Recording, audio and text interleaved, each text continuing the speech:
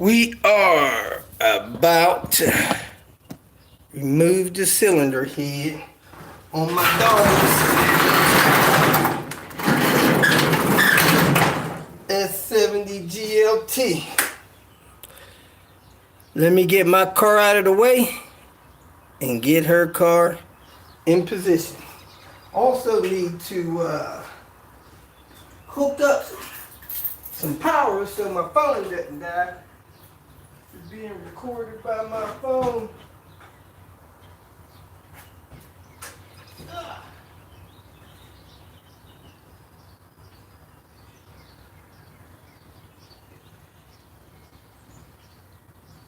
Yeah. Gonna be a phone recording, folks. Live broadcast on the phone.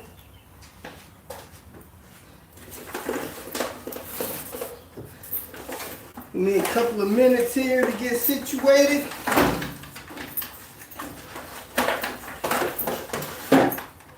You are getting brought to you live. Don't you feel just privileged? I tried to do a live thing on YouTube some time ago, and it just didn't work. It was too complicated. Things wasn't kind of going right. Good morning. But now, kinks work out, and you're making it easy. So, here it is. We're taking another stab at it. I will come making another adjustment to this after I move the car in position.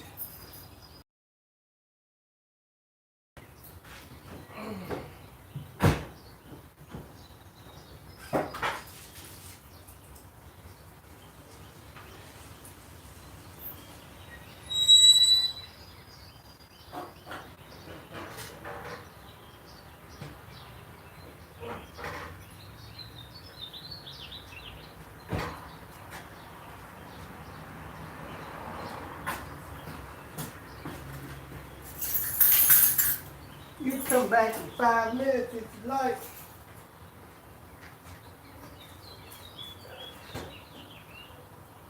Like a more practical view.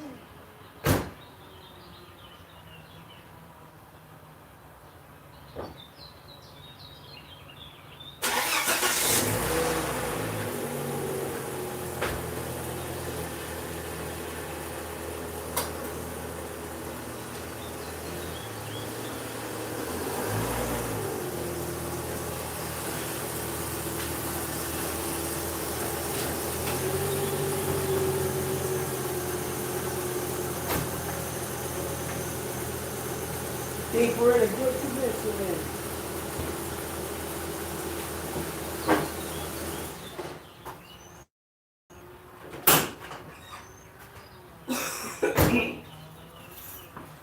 I'm going to back my car up a little bit, get it out of the sidewalk.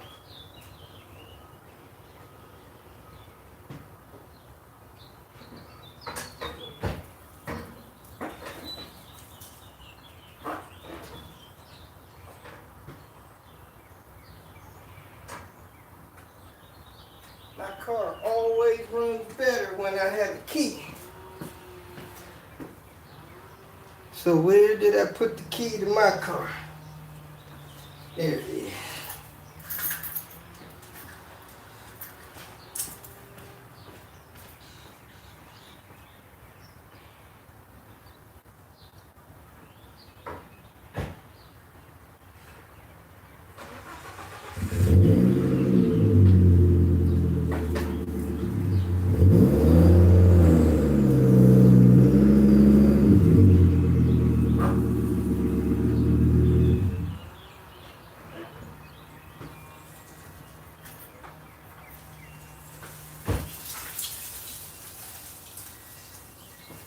The best way to get lawnmower syndrome. Fire it up, move it a minute without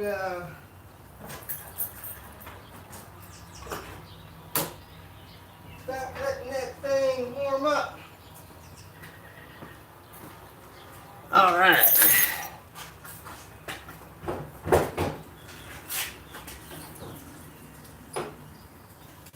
Pop the hood on.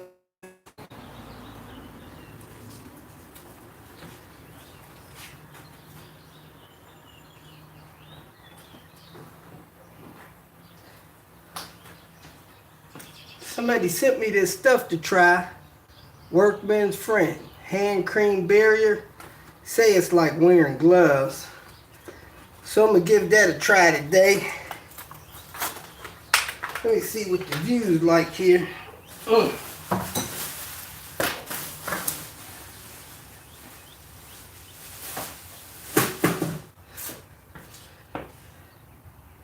That's not a bad view.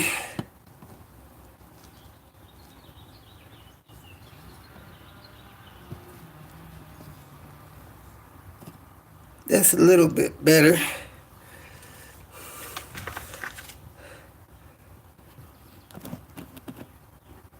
It's probably the best I'm going to be able to get. So, Superior Barrier Hand Cream. They've had this stuff from time to time. Shield skin against hundreds of skin irritants and plant oils. Easily wipe or wash away dirt, grime, and grease after use. Moisturizes and hydrates skin, non-greasy, odorless, toxic, and safe for all skin types. That would be me. Alright, look at there. It's got even a little seal on there so you know nobody's tampered with it. I thought they only did that for food products. Evidently, anything that you put on your hand. 3.38 ounces. I'm going to use that much.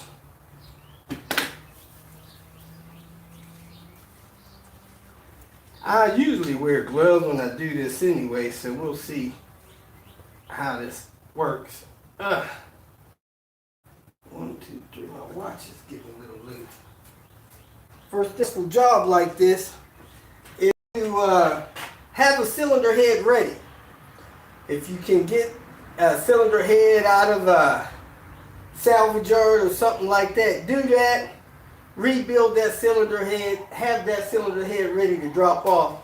You don't want to drag a job like this out 8, 9, 10, 20 days. You want to go ahead and get the head out, get the other one in 2, 3 days at the most. I think I could actually do this job with a long day. Professionals do it in a day.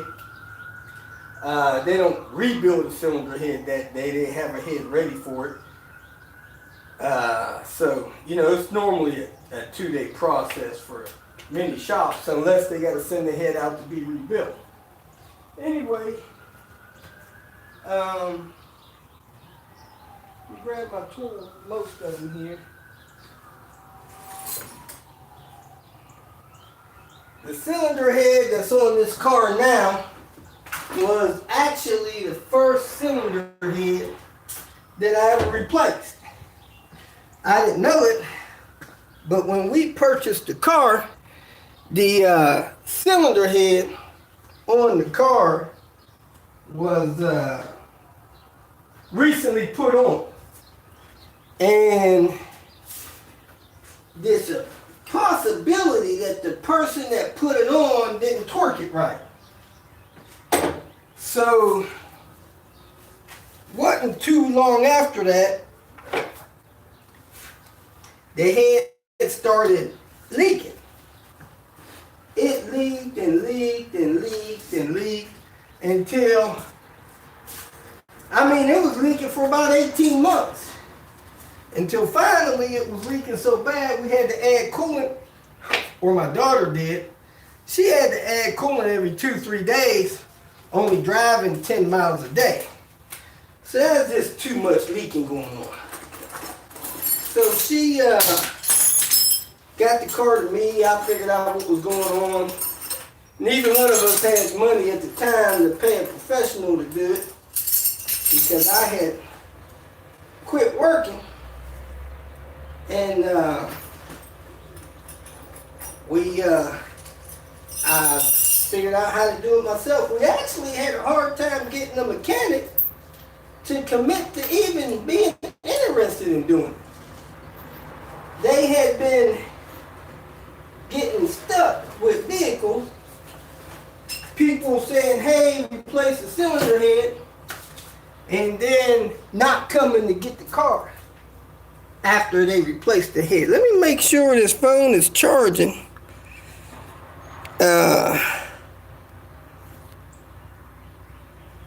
Yeah, it's on the charger. It seems to be holding power. So,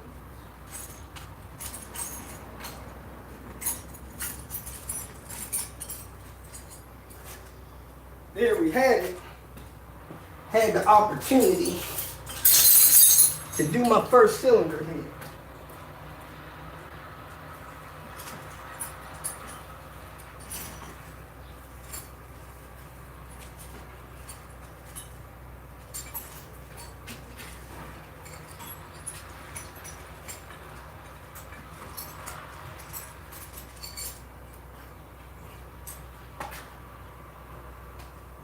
Now that has actually been 6, 7 years ago.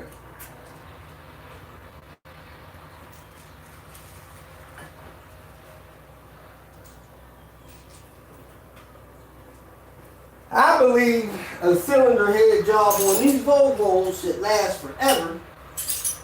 However, if you use aftermarket parts, all bets are off, because cylinder head, some of these aftermarket parts just don't last like OEM parts do. So the cylinder head started leaking, and here we are 6, 7 years later. Cylinder head's leaking again.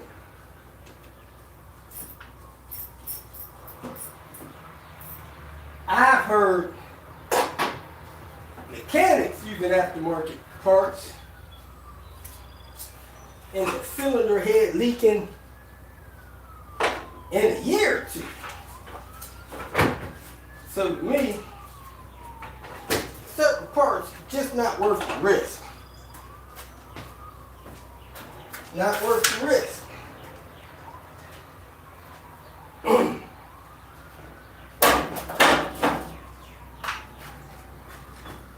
So what you need to do is certain parts you only want to use the good parts.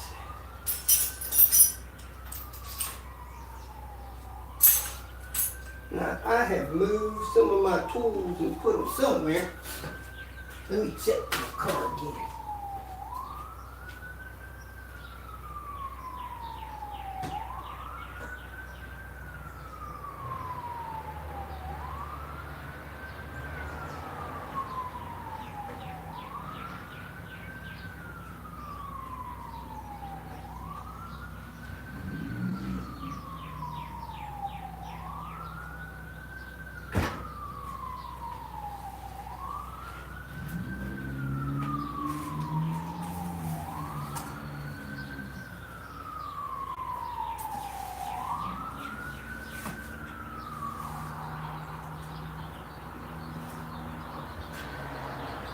Welcome to the big city. All that big city noise and that big city living.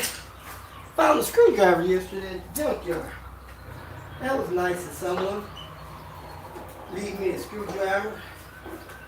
I needed it too, because I did not have.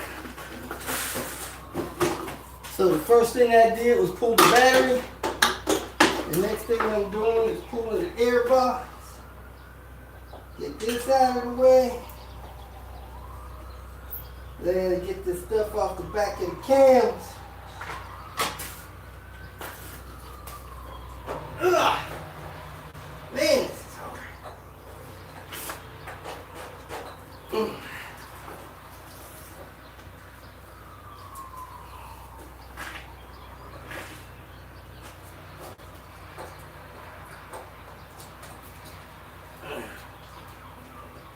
Get this turbo sensor off the back airbox. So when I jerk this airbox out,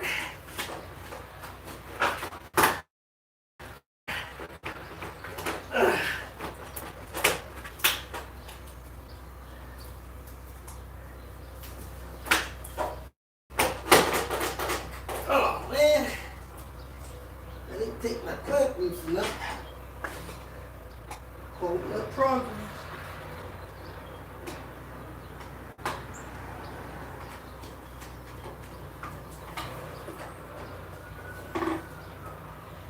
Yes, I did. Not holding up progress. There we go. Airbox out of the way. And I load my parts area back up so that I get the feathers parts off first. Work my way to the other parts.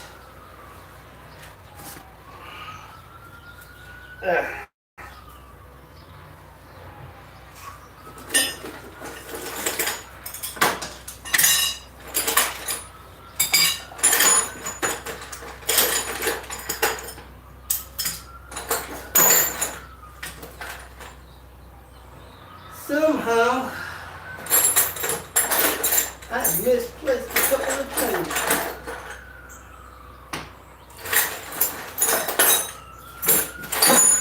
Tools I actually had yesterday,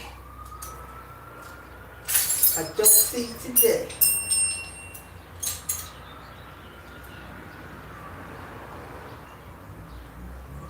Wow. The crap that I do with those tools.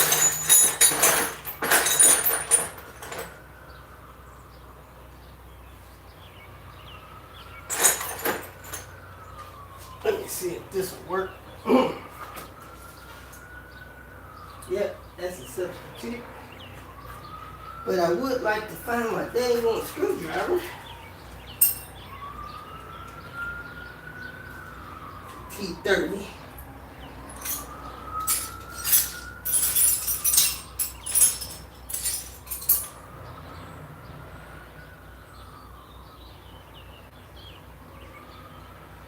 But this kind of sucks. Because I'm slowing down progress here.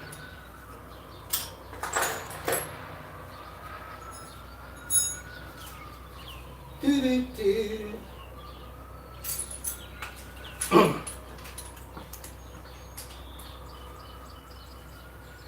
Hope this is charged up.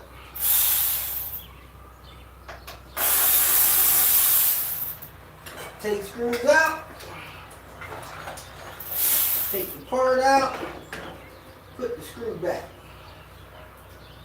It's quicker with a dang hand screwdriver, but anyway. Doo-doo-doo.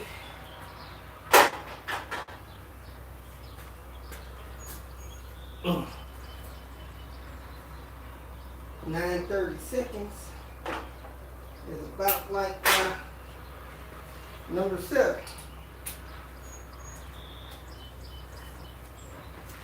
Turbo tube out the way. I'm gonna have to get under here. Get that.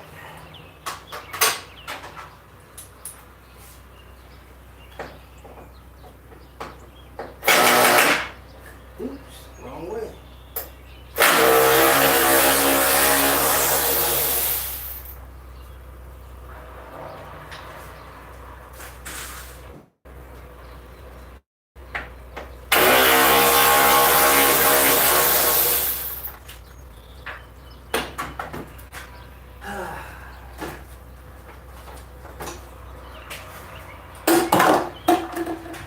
Do-do-do.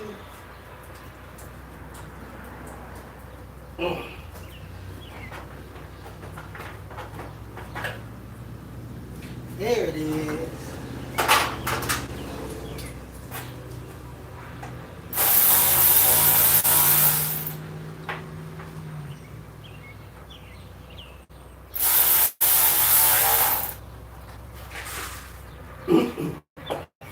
Turbo tube. Man, I actually put the heat shield back on this thing. So, we take the heat shield off.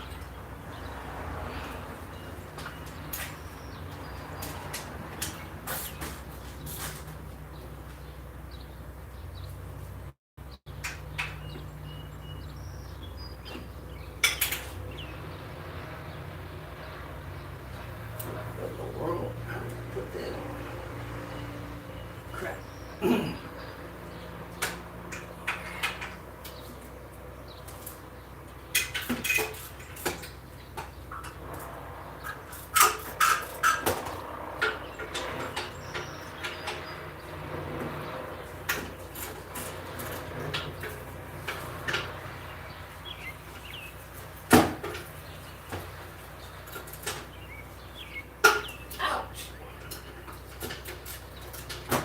Why gloves are important.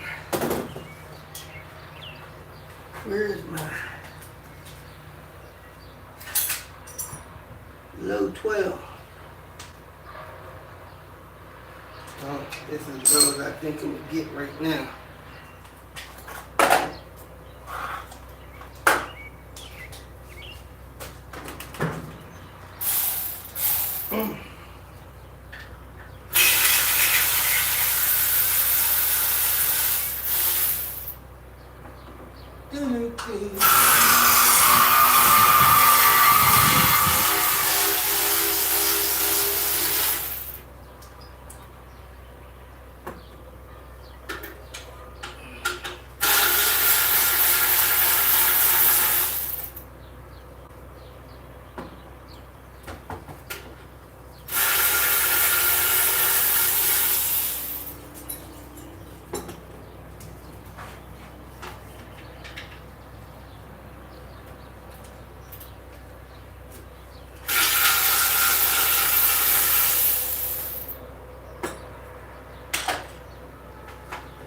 Lately, I've been getting people ask me, how can they make their GLT cars faster? Well, they have a tune for the GLT cars, and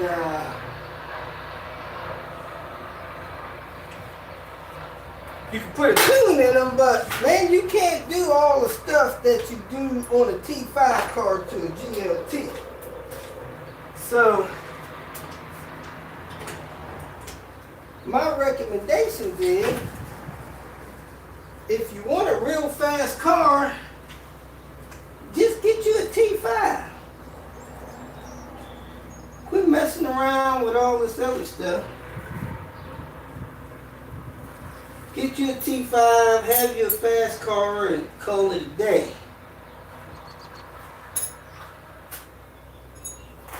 Quit trying to make stuff that was meant to be a nice, calm daily driver fast. I don't get it. So, that's my recommendation.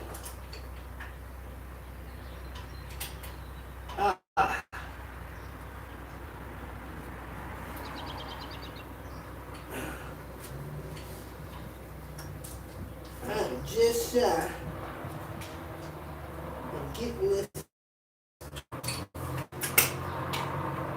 on this dang on boat. I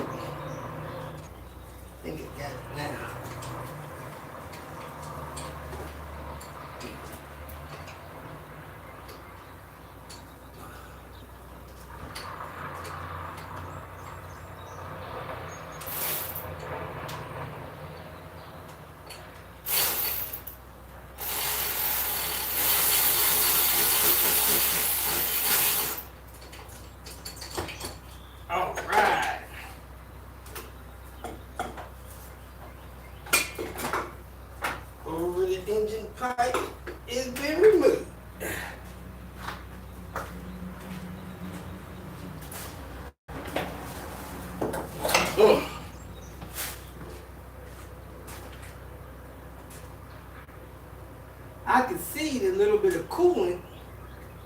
coming out of the cylinder head down over top of this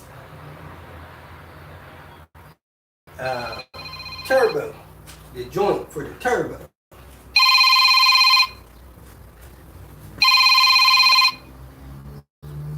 Let me go see.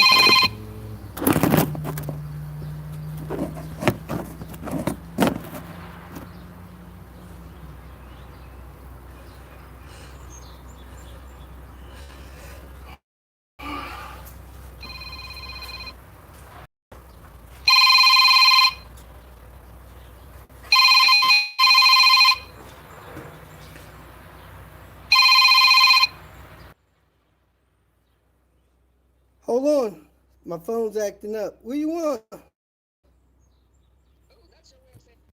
Huh? Was looking for some rubber gloves. You usually have.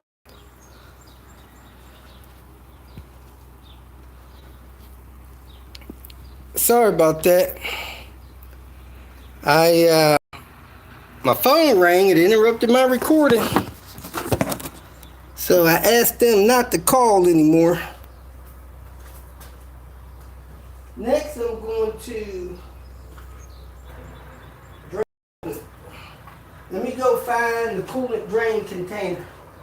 I'm recording. Y'all interrupted my recording and called me. What the crap?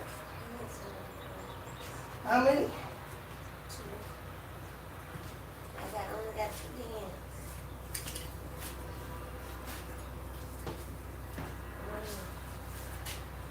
Here you can have it.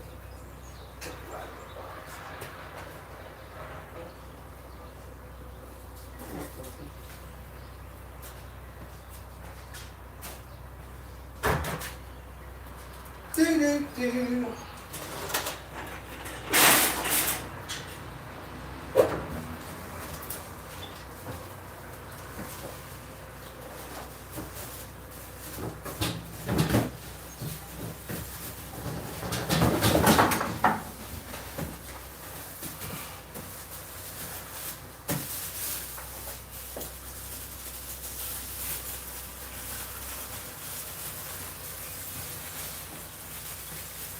Beautiful weather here in Cincinnati, Ohio.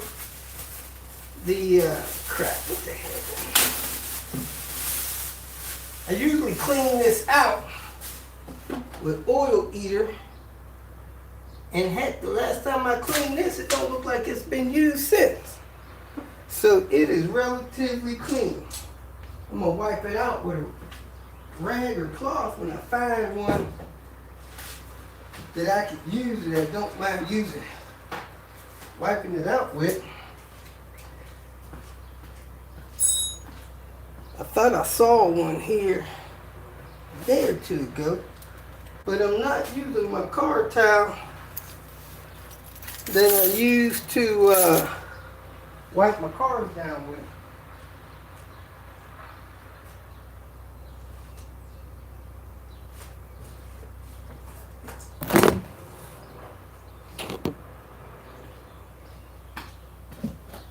Sorry about that.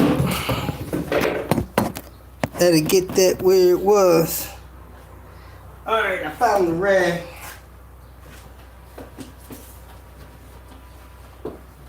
It's just really dusty.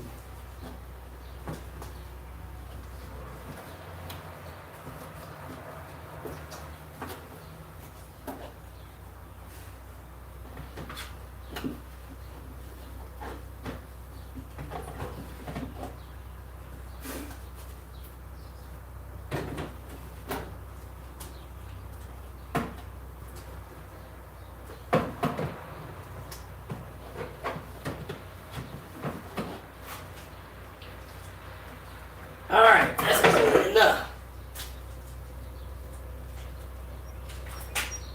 Get this coolant drained in here. They've been filling the coolant up like every 2-3 days. It does have the proper coolant drain apparatus on it. So this should be easy to drain the coolant. Shouldn't lose any.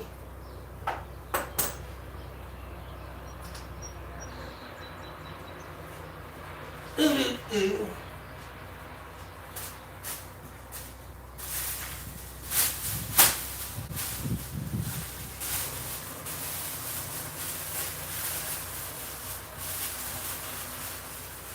my Pittsburgh Steelers license plate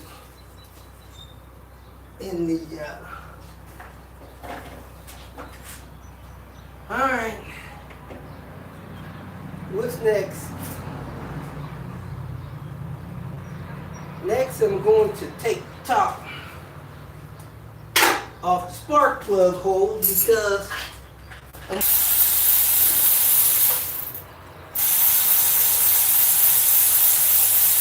one of these cylinders is leaking enough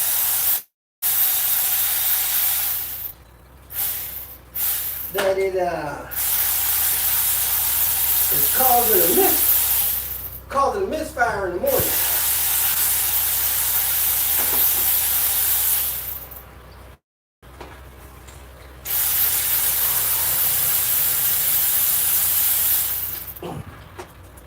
So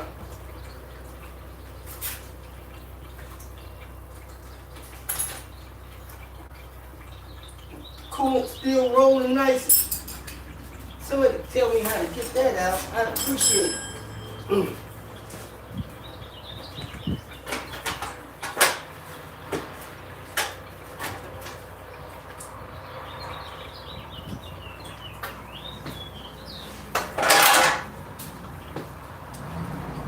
Man, look at the oil on top of that.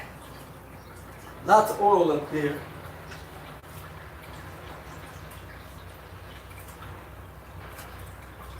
I usually use these oil eater pads to soak that up. You can dip them down in there. And again, this is normal to have oil up here. Some things about this car was built broke. Is it a big deal? No. Just soak the oil up out of there every time you take the cover off. Oil cap seal leaks, you can get a high quality super duper oil cap seal to avoid that if you like. Look at that oil coming off from there. And prevent some of it, I try to replace these every other year, every third or fourth oil change. Because it's just messy. Too much oil gets down in there. Sometimes it gets down in the cylinders. Spark plug holes, it may fall out of spark plug wire. Not often, occasionally. So just clean it up. Don't worry about it.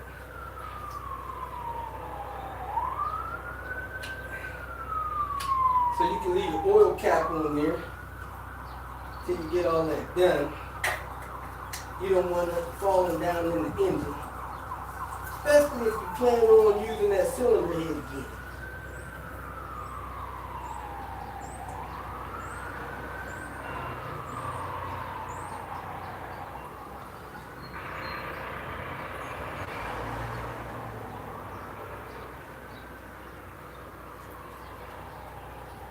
I'm noticing the spark plug wires on here are dated the 34th week of 2010. You know that because on the wire it's got 3410. I like to replace the wires every 10 years. Do you have to? No. I just think that 10-year-old wires are not going to be as good as 2-year-old wires. They got to be degraded. Correct me if I'm wrong. That's just my thought. These wires are degrading over time. So, I replace them every 10 years. You don't have to, that's your deal. Do what you want.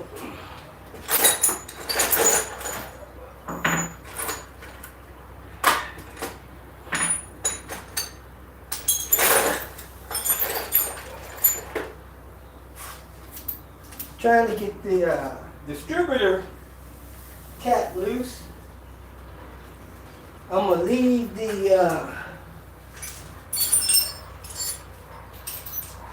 wires on the cap and roll on the cap rather. That's less I gotta guess at later on when I go to put this stuff back together.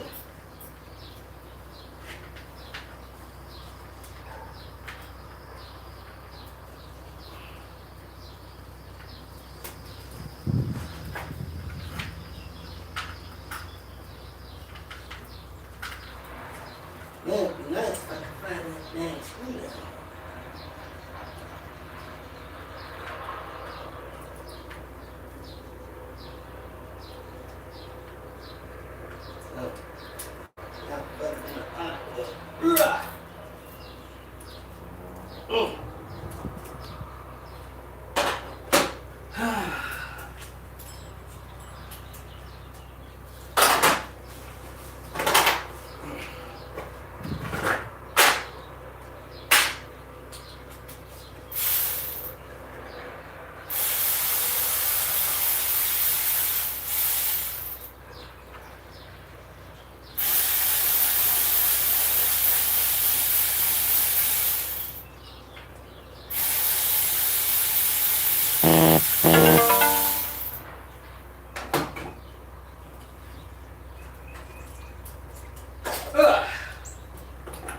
You can't get these out like this if you got aftermarket wires in here.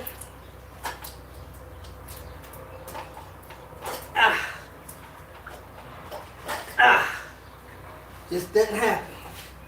It's a freaking mess.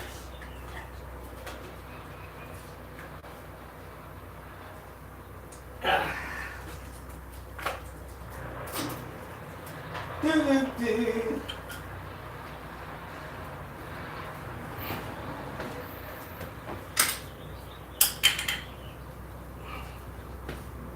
Always try to replace my cap, rotor, and spark plug wires at the same time, so I don't have to guess how old they are. Screw this back on there. Take this thermostat housing off. Do-do-do. Crap I do with that 7mm. I like my 7mm.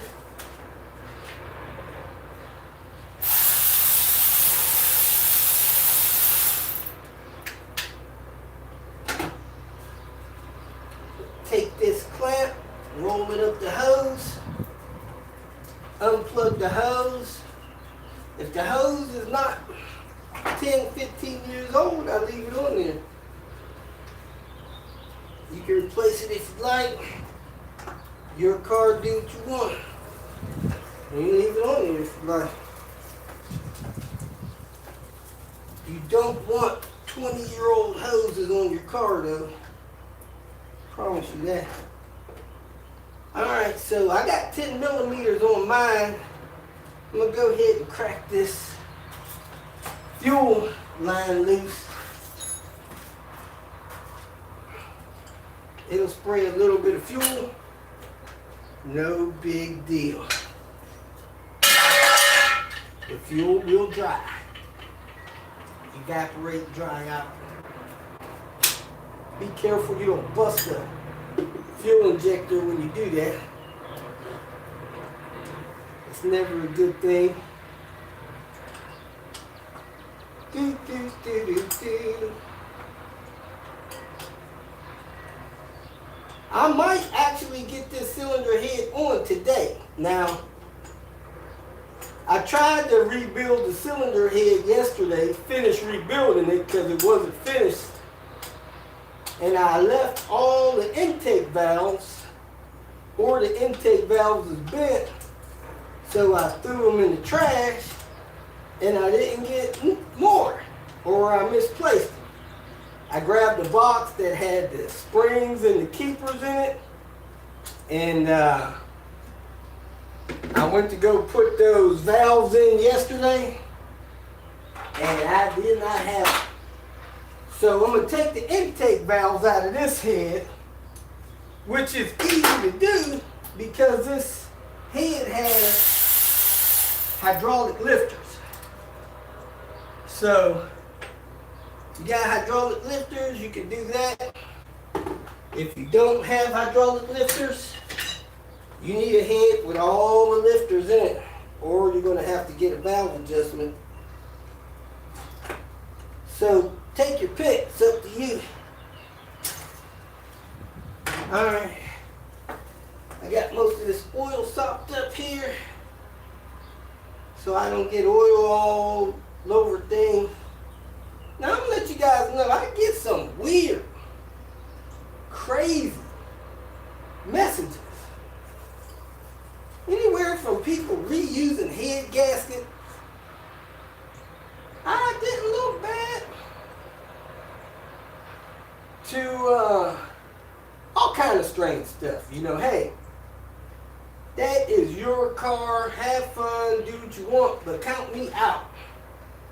I can't promote it. Won't do it to my car. You know, some of this stuff takes too long to go back and do again. But you know, our community, when I say community, I mean Volvo community, you know, it's full of people doing weird stuff. The problem is when they tell you the weird stuff they do, they don't come back and tell you how long it lasts. Oh man, I did that weird thing and I ended up junking that car 2 days later or a month later. Never could get it to run right. You know, their ego stops them from coming back and clarifying stuff. And most of you guys that's watched me for a while, y'all know I don't mind telling you about my failures. Mainly because I don't want you to do the same mistake, make the same mistake. You know?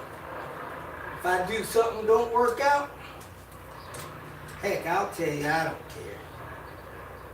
It's not about ego to me, it's about helping you make sound decisions on servicing, maintaining your vehicle.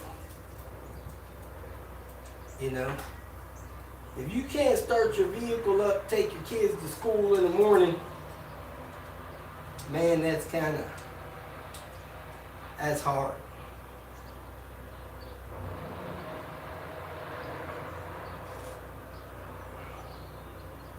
Hey, I want to make a special shout out to my friend Henry. He is not too far from Lexington, Kentucky. Always been very kind and generous to me. And he made a, I call it a generous donation towards getting that V70R some parts. Last night we ordered about almost $500 worth of parts to get that maintenance restoration rolling. And I had another friend named John from the Houston area. He made a donation as well. Generous. Hey, I mean, you know, I don't take it lightly. Somebody sends $10. And when people go above and beyond that, man, I really appreciate it, you know, because, hey, they say sometimes it takes a village to make things happen in a positive way. Let's get these spark plugs out of here. If I can find that. Found it right off. Wasn't that nice? Now, when you pull your spark plugs, be careful you keep your tools straight. You don't want to crack a spark plug. When you get your plug out, you can re-gap it. And you put some anti-seize on it if you want. When your spark plugs are new, the threads come coated with something on it so that they don't get stuck in the head. But after you pull it, that's gone. So you can put some aluminum anti-seize on there. If you got an aluminum head, you want to use aluminum anti-seize. When you get these plugs out, you want to look at them real close. Make sure you didn't crack one.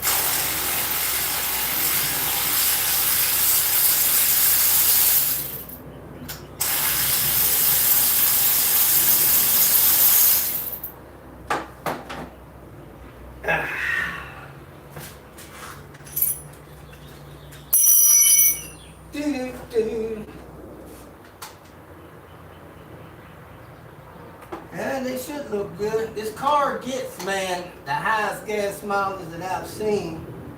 It's a GLT, and it gets about 26 miles to the gallon around town and around 33 on the highway. I got a broke spark plug. Yeah, some of the insulator is broke on it, and this, I don't know if this is the cylinder that is misfiring, but that spark plug, dang, can't see it really. Sorry about that. That spark plug needs to be replaced. The insulator is cracked on it. That may be why it's missing. Let's see if the misfire code, well, I erased it, dang it. I'll ask my daughter if that misfire code was on cylinder 2. I'll take a picture of it later, get a better view of that. So, let me get the rest of this heat shield off with my 12 millimeter.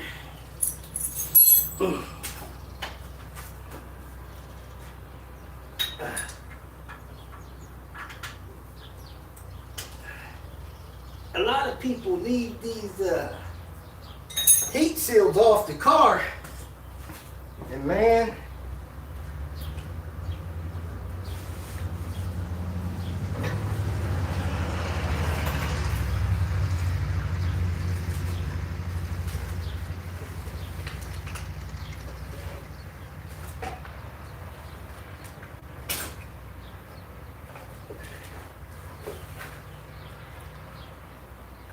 you can do that, but I really don't recommend it.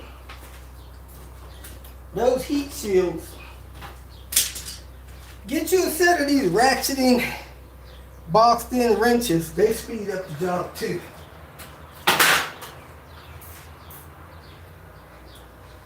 But these heat shields are here to keep the heat off the firewall. I've been towing before, climbing the mountains out there in New Mexico. And man, I was heating up my turbo. I didn't have all the heat shields on. And I could feel the heat coming off that turbo at my feet and legs. So you want to keep the one on the firewall and the other heat shield, keep some of this turbo heat off of the back of this head. His head gets hot enough. You don't really need to be adding a bunch of heat off of this dang on turbo to the back of that head.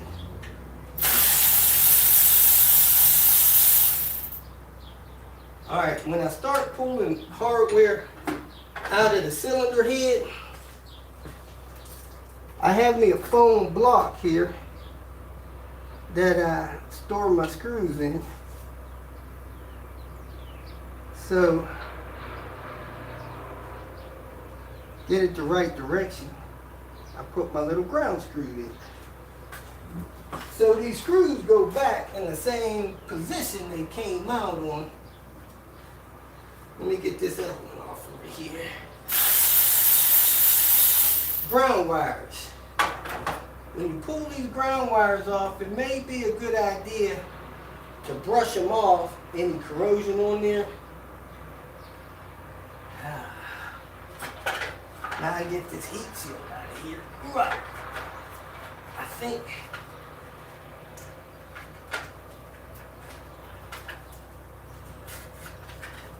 I don't know how I get this thing off. What? Ah. Feels like it's hanging up.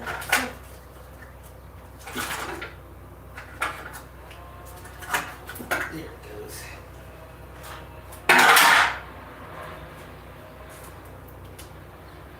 Try not to rough up your lines too much, especially these coolant lines and stuff back here.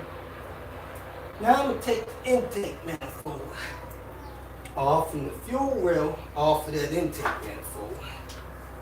And fold that fuel rail back that way.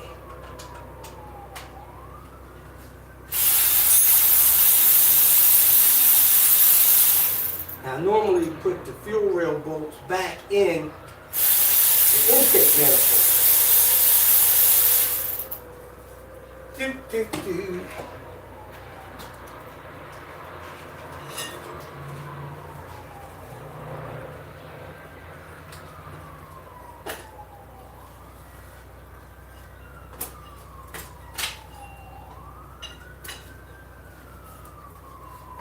Careful you don't break your dang fuel injectors.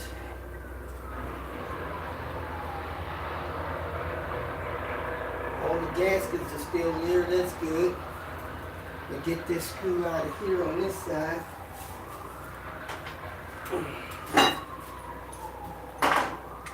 Time for me to take a water break. This is supposed to be an 8mm. I don't know how it ended up being a Torx. Take that down there. Set it off to the side. Don't break anything on that.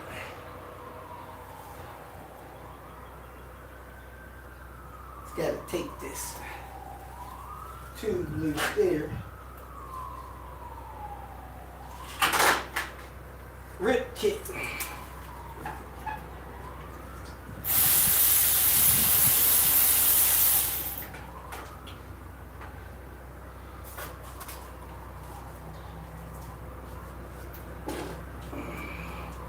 Rip kit.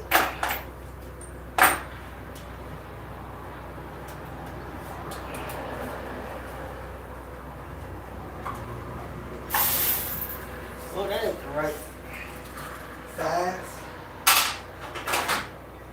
I got an 8 on there for some reason.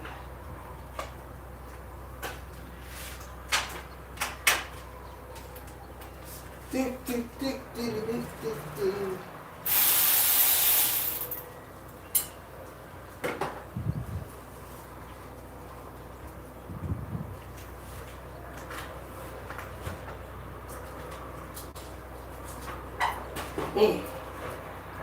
Alright, unplug my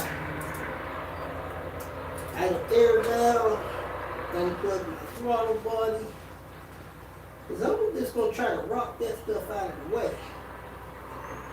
Now, if you got a PCV system that's plugged up, needs to be replaced, this is a good time to do that.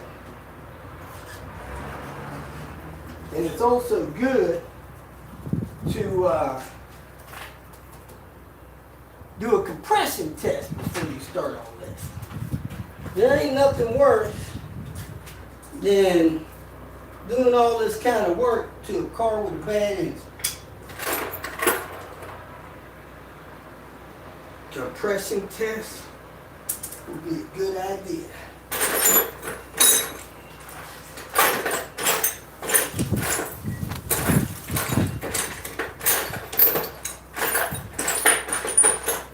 For my small,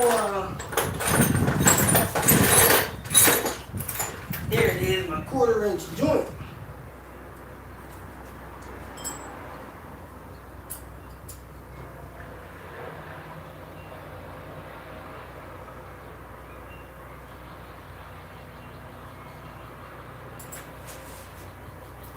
My 1/4 4-inch joint, busting this intake loose.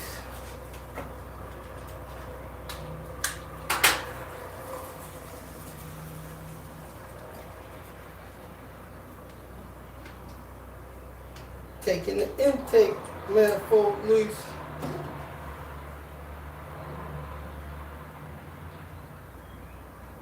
Now isn't that special? Somehow this thing flipped over and I lost both my dang screws. So I need to find them. I should have put them back in the head instead of in this thing here. I didn't even hear the thing flip over. So I got to find those 2 ground screws. I don't know if I got any in my other cover or not. Kind of raining and pouring. It didn't fall down the turbo because I stuck the glove down there. Anyway, let me get this intake manifold off.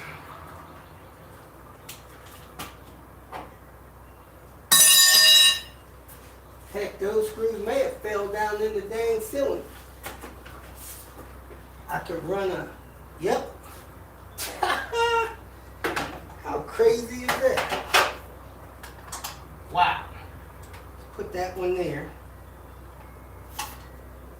Both of them fell down in the spark plug hole.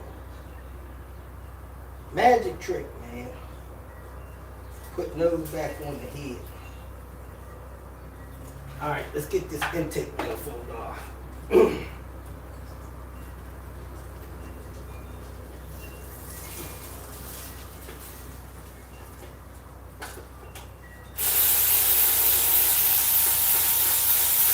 Let's take the top bolts all the way out. Loosen the bottom bolts.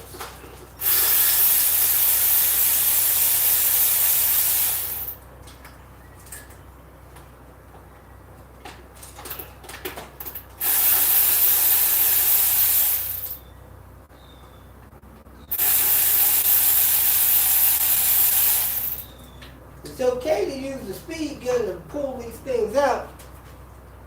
It is not okay to use the speed gun to put them back. You do not want, this thing can torque to 35 foot-pounds. You start using it to install screws in a cylinder head,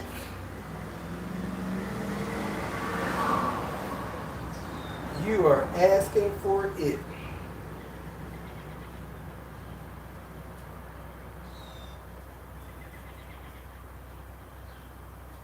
Alright, let's get them bottom 4 bolts loose. Need a longer extension. Or another extension. Seam up here.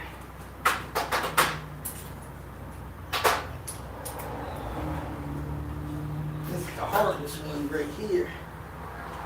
At the corner where this bracket is.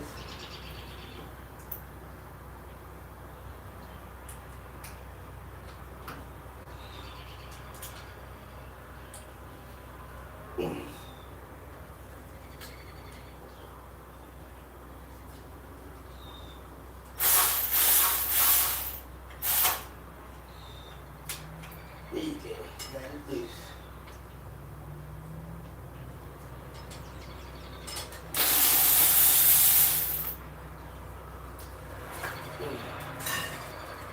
Do.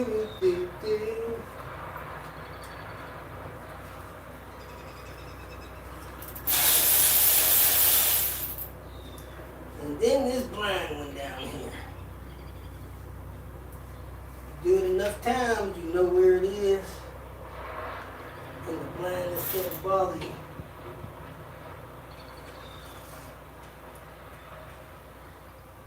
Probably a 5-minute bolt for most people.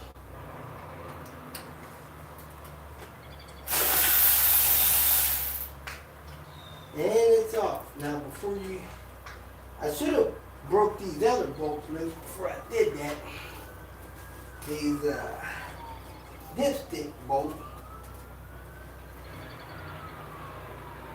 and the bolt under the manifold. Those are kind of hard to get. I get it from up top. I put the tool on there, pull it toward me. When you're too tight, like it feels like this one is, I might use something as a pry bar to break it loose. Now, I don't put them on that tight anymore.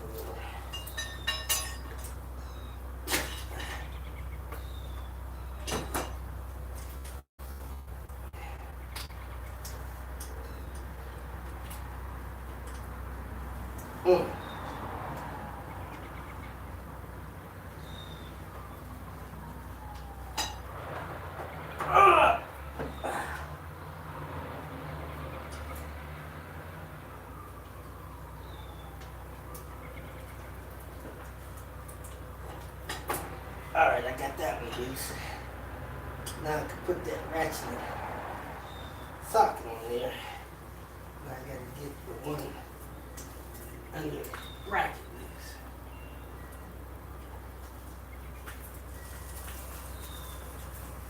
Got that one loose. Alright.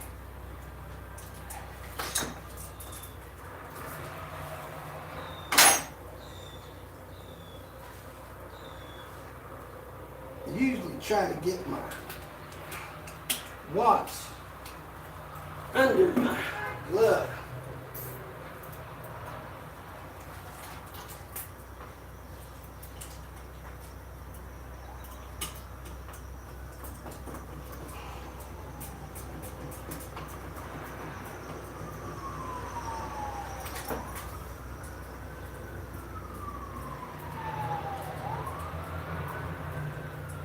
Time for me to take a water break every 30, 45 minutes. I think I'll probably be doing that for an hour now. Ooh-ah.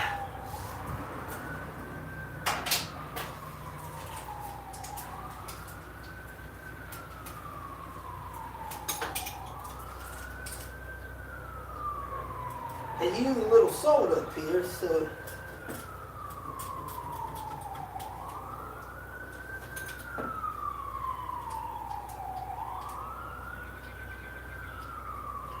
this thing has a little bit of that salt residue stuff on it.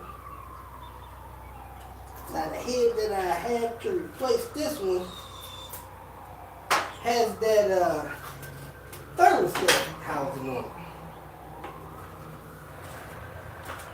So all I need is the top of this thermostat housing.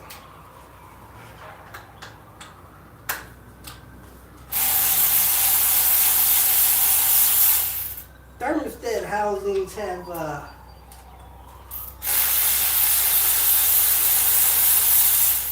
crushable rubber gasket in it, so really these bolts, they do not have to be very tight in here.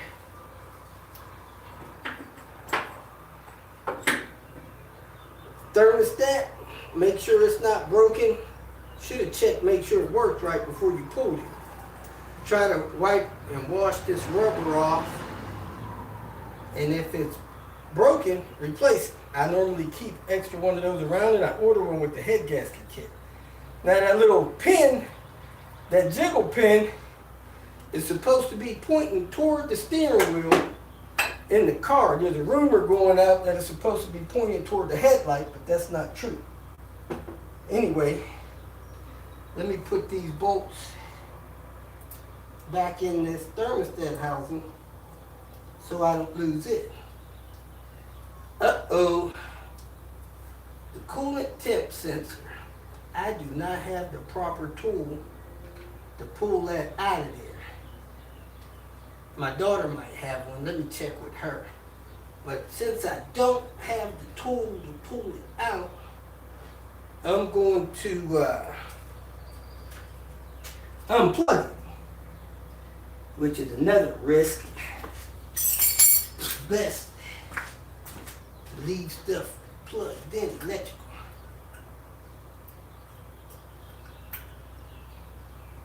I might be able to get that bought a new coolant temp sensor for her one time. And that thing went bad in 2 weeks. Then I went and got this one out of the salvage yard. It's been good ever since. You know, I was forced to go get it out of the salvage yard because I couldn't have it draining the battery. But a lot of times, OEM parts, hey, it came and cracked it loose. Even though I didn't have a 19. I don't know if I could twist it all the way out or not. Let me lift this intake manifold out of the way. Get this dipstick out of the way.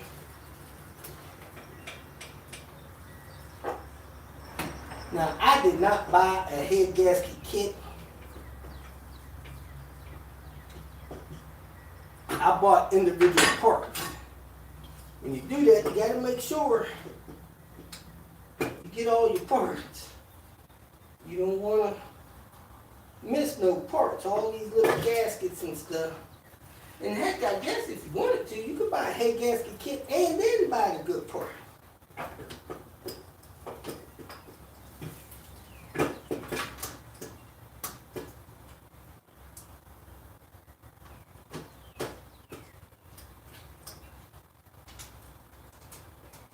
Do.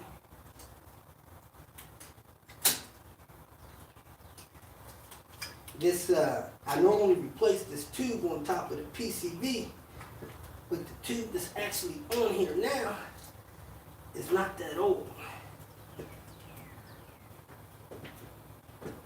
Something's got me hanging up here.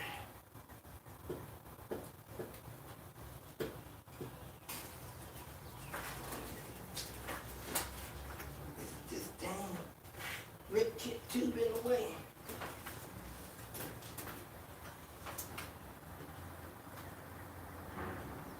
Oh, my tube on the side. I'll break that.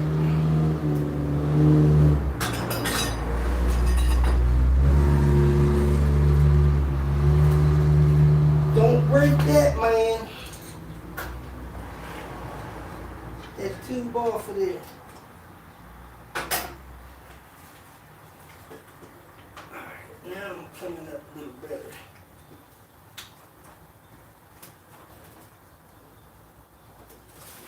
Yeah, my rip kit tube is in the way a little bit. So, I think I'm going to take off my vacuum tree.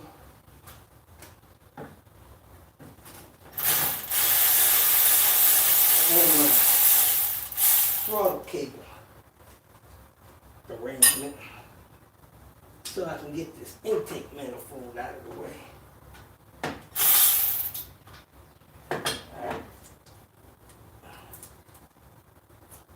These seals on these vacuum trees are often jacked up.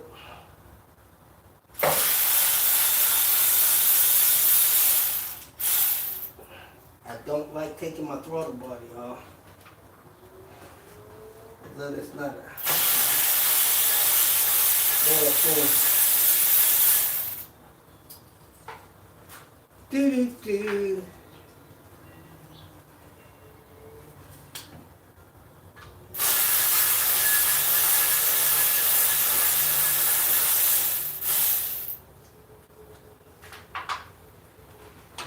Alright, where we at here?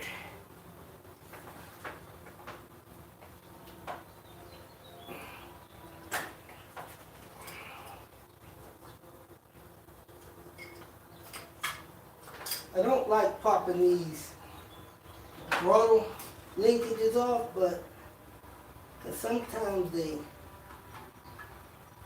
don't go back on right. But we take this one off so I can get this out of the way. Then I can get this intake manifold the rest of the way out of the way.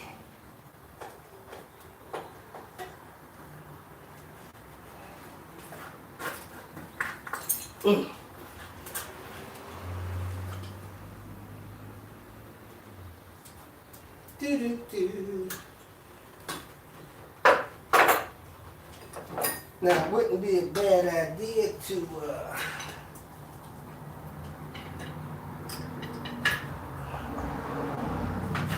put these screws back in this intake manifold. Oh, I'm not taking that off. I do not like taking off the brake booster. So let me see here. Can I get this out of the way enough without taking that off? Yeah. Yeah, that's good. That's all I need.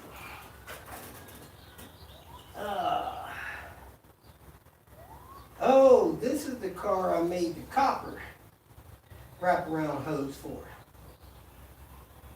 Okay, now from here, my next step is to get the exhaust manifold bolts out. Take the timing loose, and then I can take the cam cover off. Well, I gotta get this, what's this thing over here called? Cam sensor off. Let me get the cam sensor off next. Should have got that already. I need T40 for that. Here it is, the T40.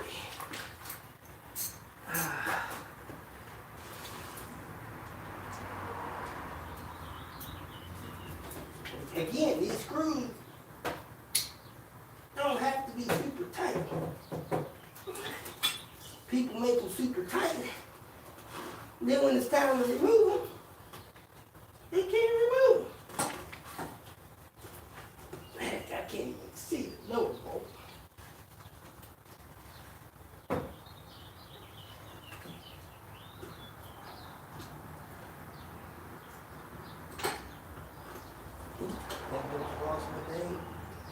So,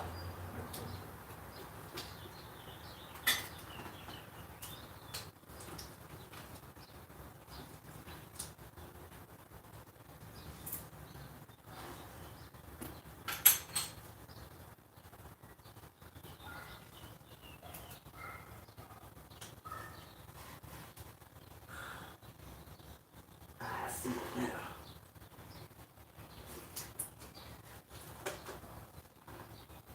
Could take this intake pipe loose and make it easier for me. Let me get some water.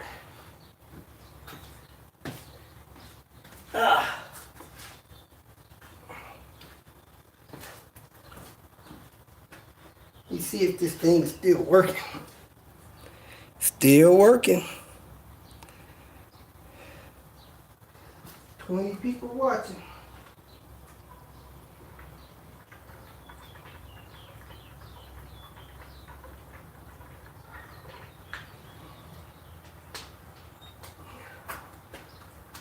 All this bending over,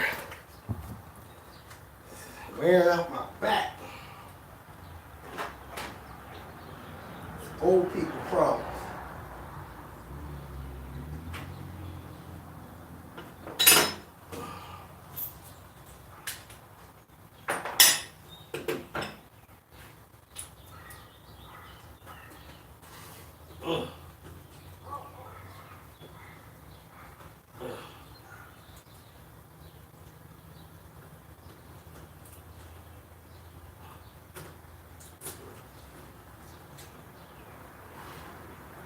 And I got an extra short extension somewhere around here.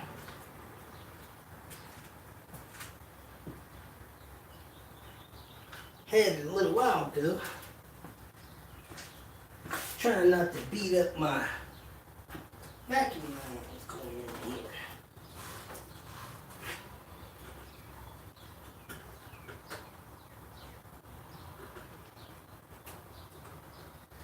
There it is. Take this off. Get that in there. Oops. I'll be pushing on that.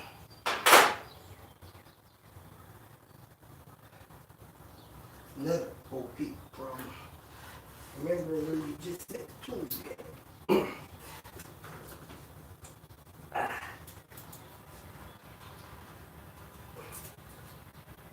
Try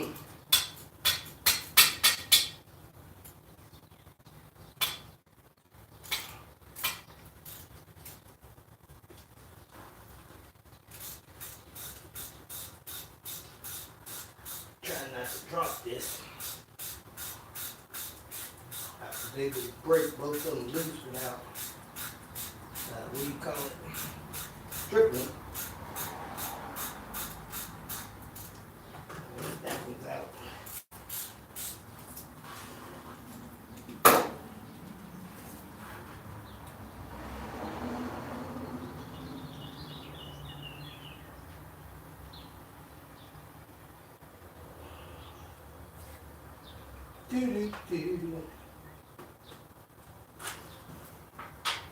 Certain bolts I've gotten into the habit of leaving sitting in certain places.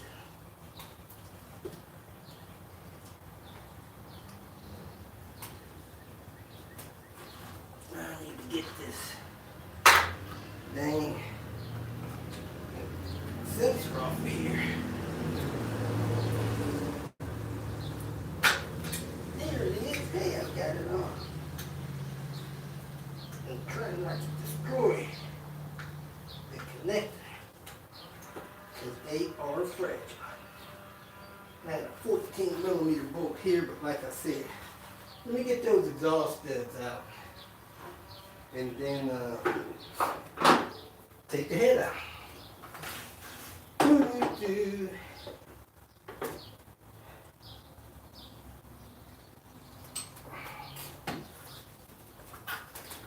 Try to get everything I need up there to get these exhaust studs out. 13 millimeter this, 13 millimeter that.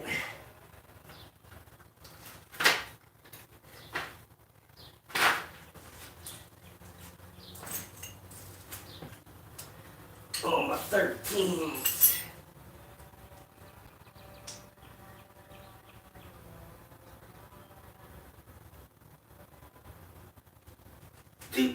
Do.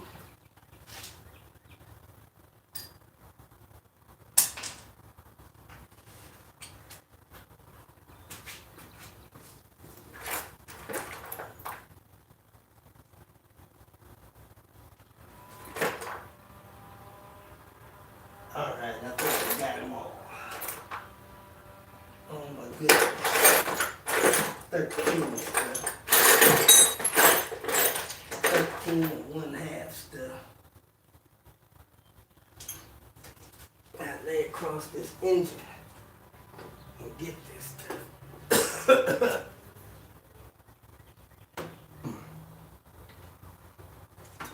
Move this out of the way.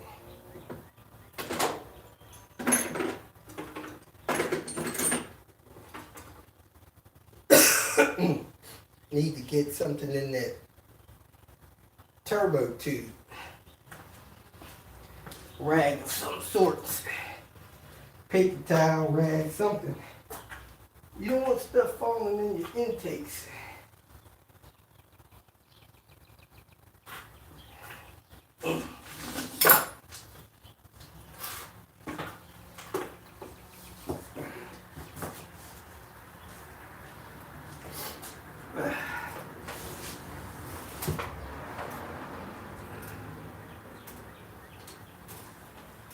Do. Do I have a joint? Yep, I got a joint.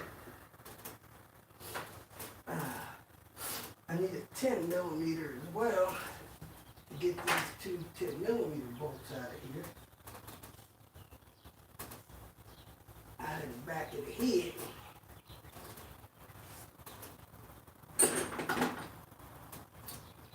Let me get those two first.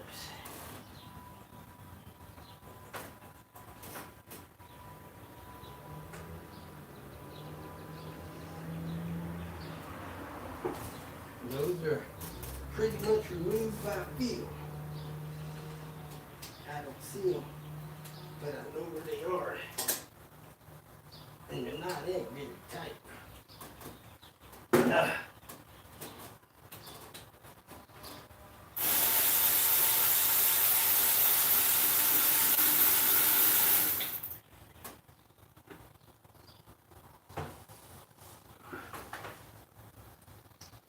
Do-do-do.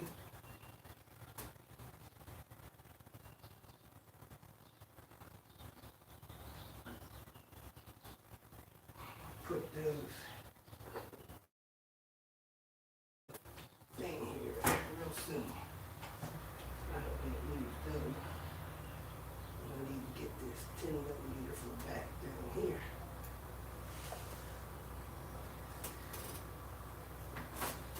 Off the fuel line bracket.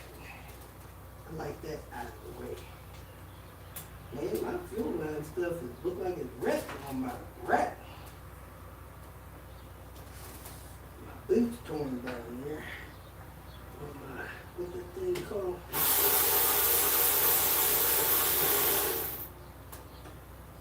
On my inner tie rod end.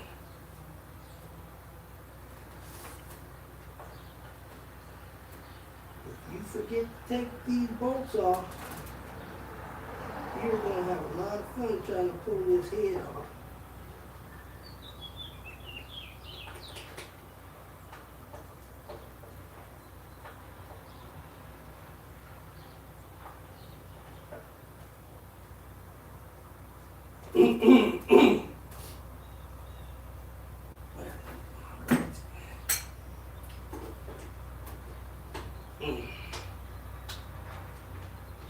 So I tell people my average time for pulling the head off is 4 hours. I started about 9 o'clock today. So we'll see how long this one takes. This speed handle, gun, ratchet.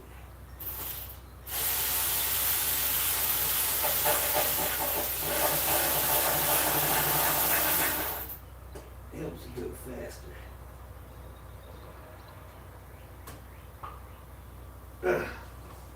Drop that one. With the magnet to the rescue. Bam. We got action. Alright. Now it's time for these awesome full studs.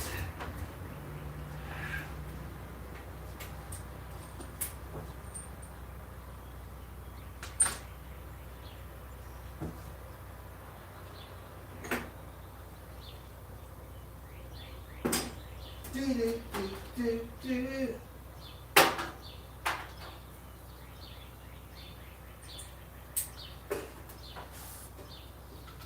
Tenor.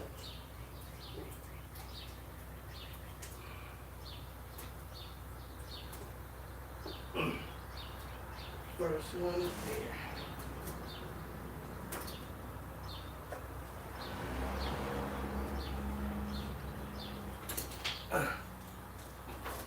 Longer handle makes it more comfortable. Pulling this thing down. Getting it sturdy at least. They're not in that tight, so really crap. Ain't no big deal.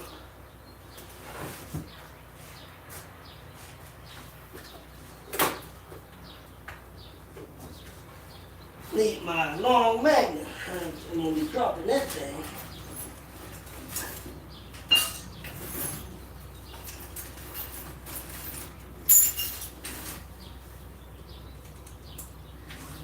Hopefully I can use this. Pick it up off the ground from here. Don't have to do anything to get it. Every time I drop that dang thing.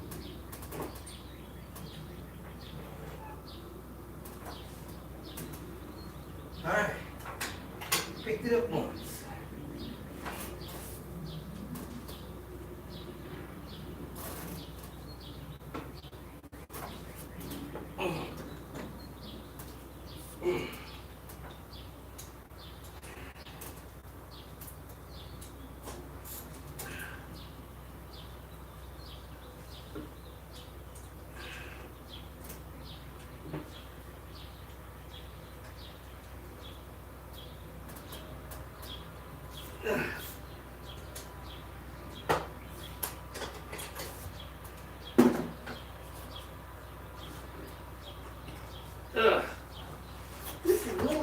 part of the job I don't like.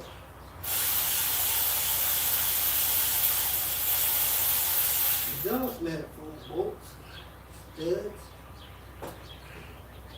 I don't like nothing about it. I don't like the fact that the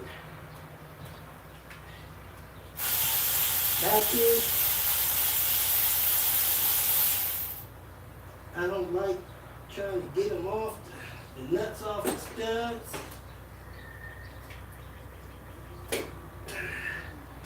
I don't like putting them back on here.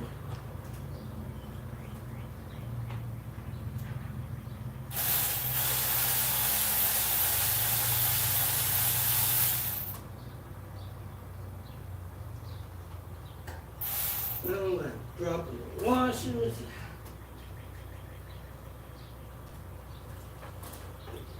I got 3 of them so far.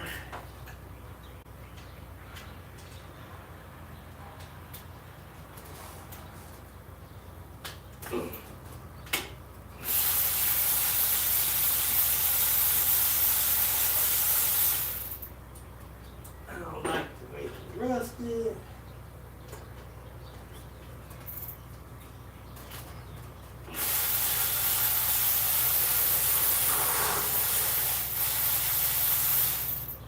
I don't like the type of fit. Now I'm like a drop of cooler. No, that's okay.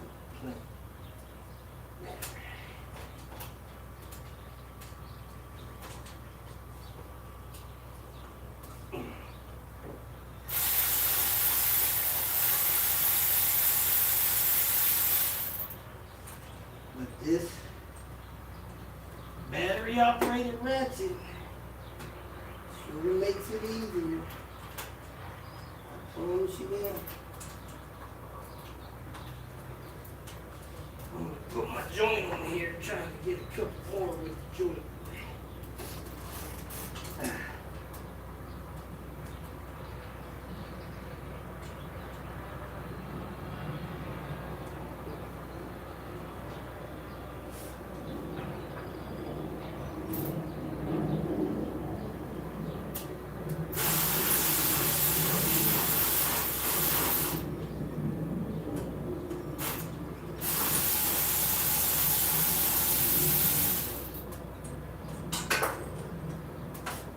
One thing down, crack. I think I only got 3 left.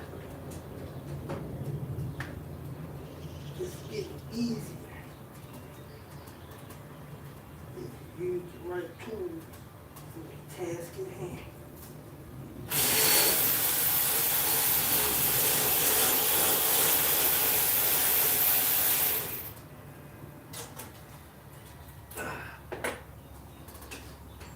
Drop 1 so far.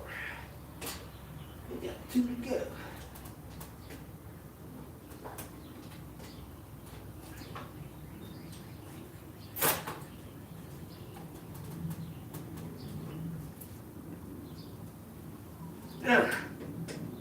And I get messages. Robert, did you take the turbo off? Did you see me take the turbo off in the video? No. Didn't take the turbo off. Robert, did you drop the exhaust manifold down? Did you see me drop the exhaust manifold down? No. Exhaust manifold still where you saw it. If I did it, I would have put it in the video. I ain't trying to trick you, I'm trying to help you.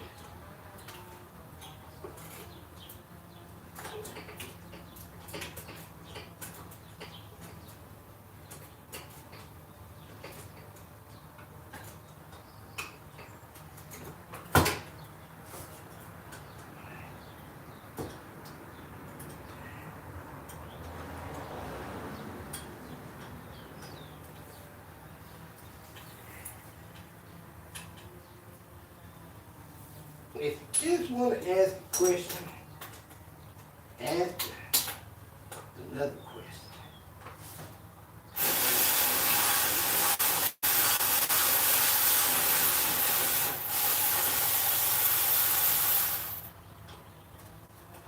Like what I have for breakfast? Or what kind of tennis shoes do I wear? Don't ask a question to make your job harder.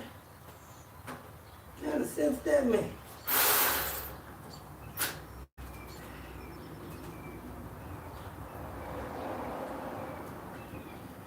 Oh man, I'm jammed up here.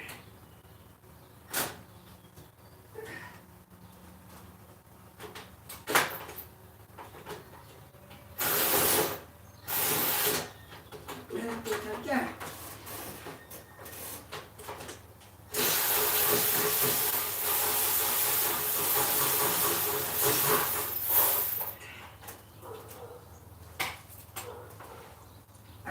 I got the last one.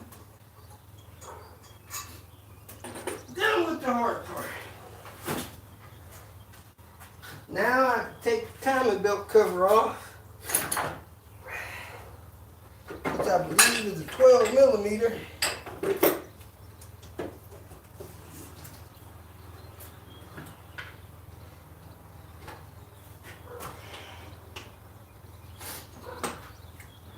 And align the timing. Really, when you're doing a cylinder head job, you don't have to align the timing now. You can do it later. But if you want to be on the safe side, align it now and take the tensioner loose. Take this serpentine belt thing off.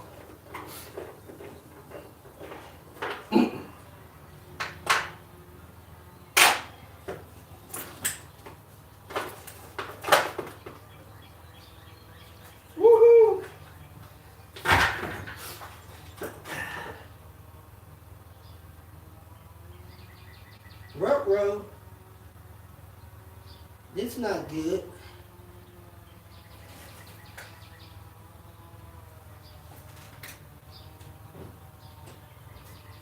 An INA tensioner. The seal that keeps the grease back there has actually freaking come apart. So this fell down in the timing belt area. And the bearings are exposed on this tensioner. So I'm gonna need to replace that. Good night.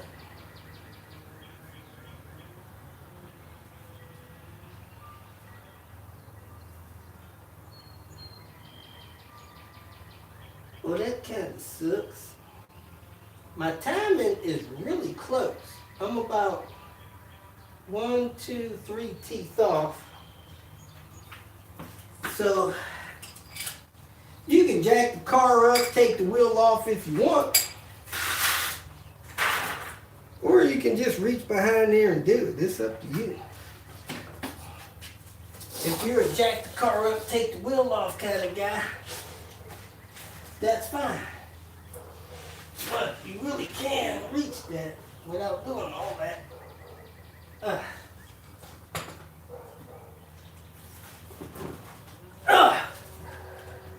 Need 10 millimeter. Whatever I did with that.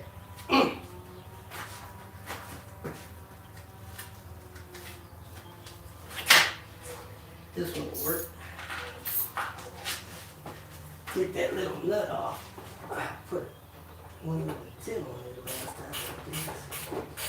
And I can reach my stud from under here.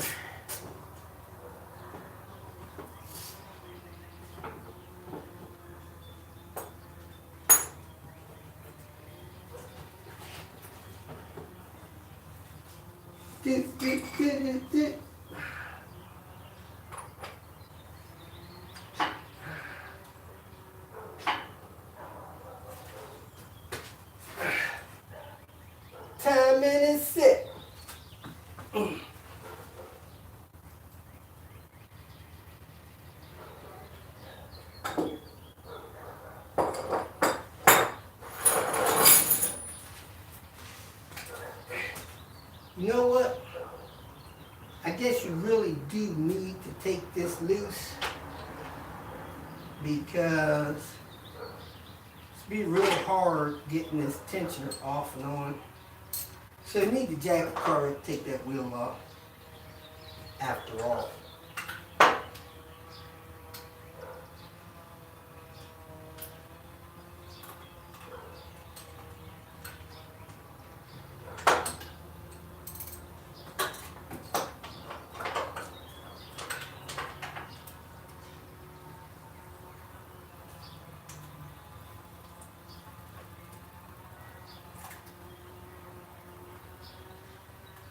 Getting all these combustion gases in this coolant system has been a mess. So one of these cylinder tops is probably clean.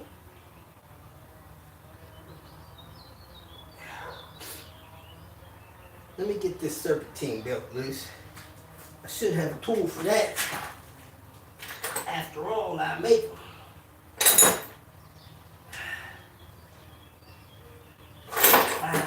Pin it.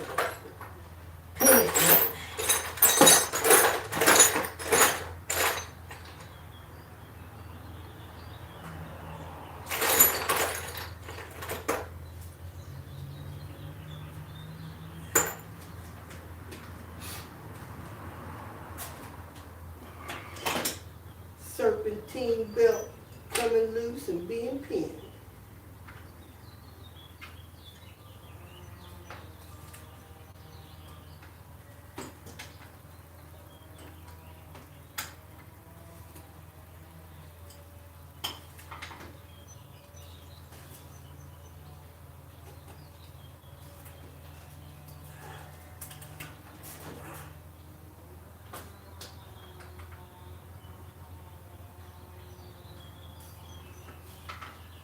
Alright, there it is, loose and pinned.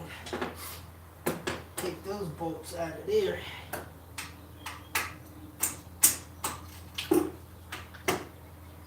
Take the belt off.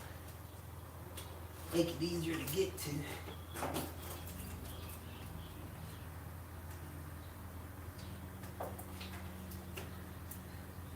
Do do do do do.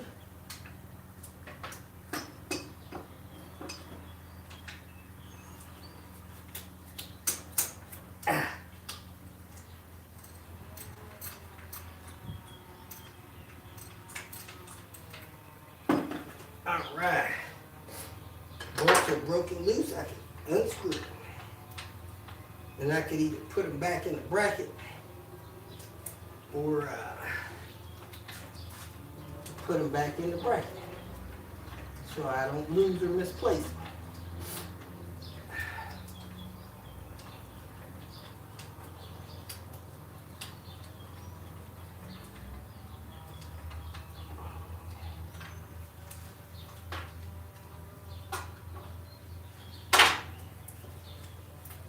Do-do-do.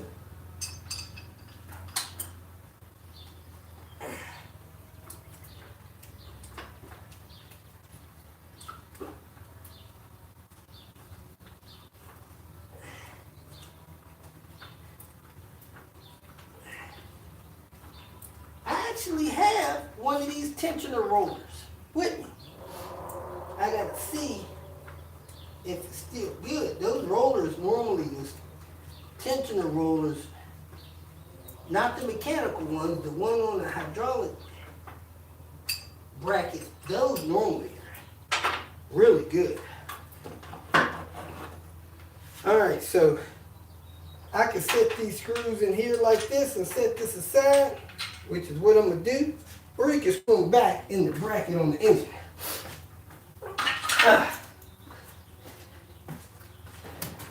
Dang it.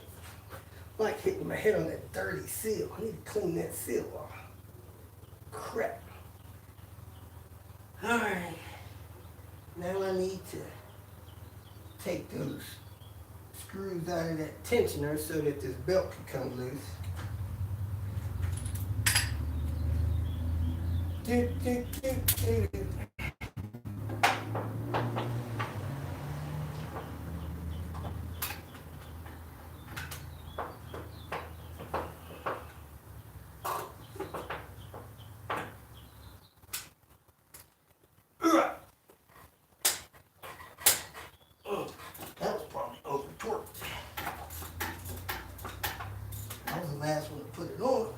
can be over torqued by me. And I got the, what do you call it? C-clamp to compress that thing back down.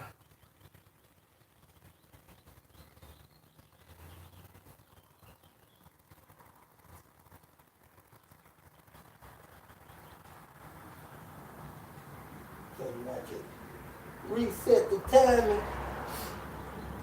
You want to check the crank. The crank is ground zero for your timing. Everybody's worried about the cam. Well, the cams is a reference. That's fine to use the cams to reference it. But whenever you set the timing, you want to make sure this crank is on, and then you set your cam. Of course, if you got the cam locking tool, which I do have and I could use. But since I'm not taking these cam sprockets off, because these seals in this head are relatively new. I put Volvo seals, these cam seals in here not long ago. So I'm not going to replace those. You could if you want. I'm not going to. I gotta take that lower one loose. Break that lower one loose so that I can pivot that thing out of the way.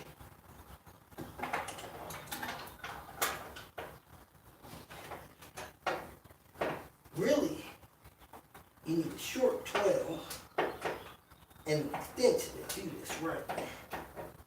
I'm trying to do it with a D. That's not the best tool. Let me see if I can find my short 12. I don't know. I just bought a short 12. I should have one. I just bought a short 12.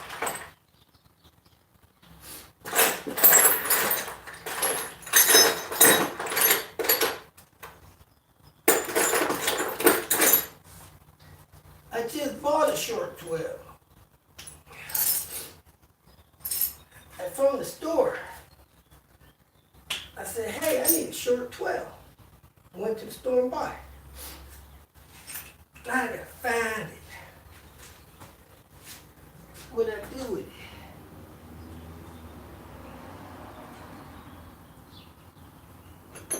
What I do with my short 12? My brand new short 12.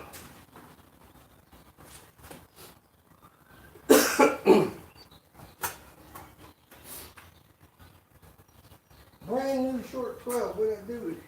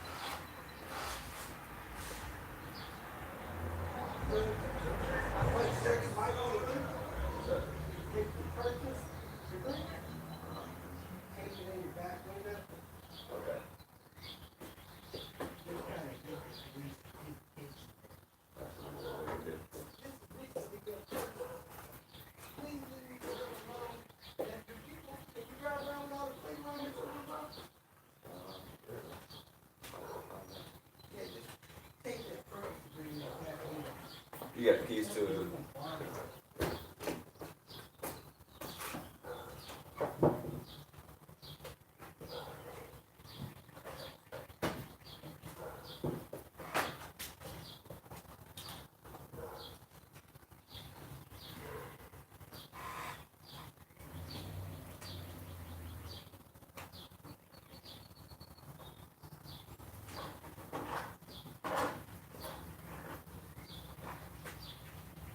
If they even have time for that. If they even have time for that, some fuck up.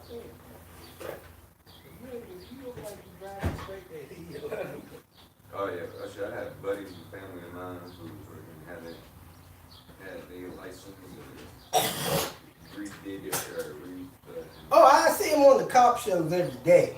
You know, it blows my mind how many people drive around with no license, ain't had a license been suspended.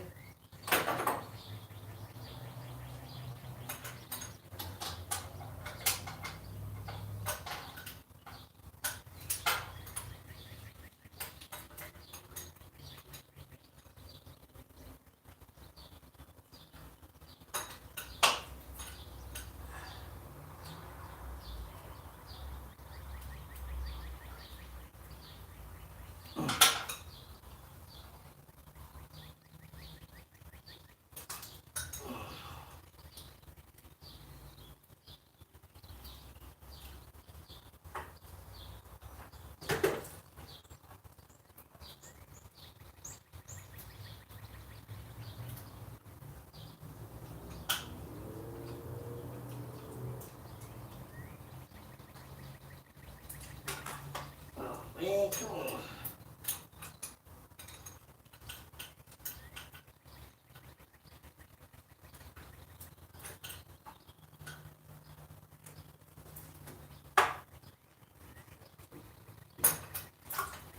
That's not gonna work. Try it again.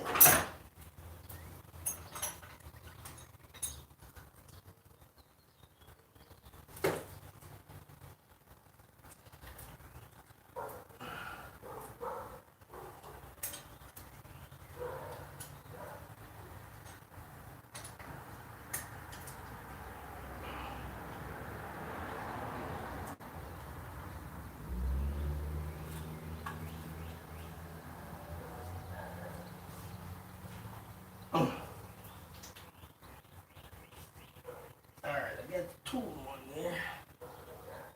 Need something to break. Here's a cheater.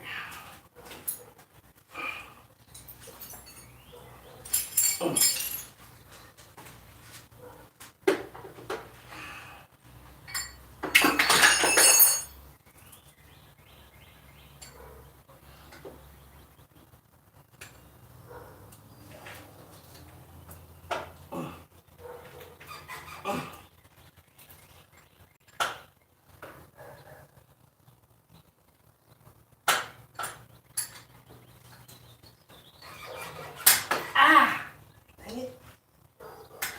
These cans bite you.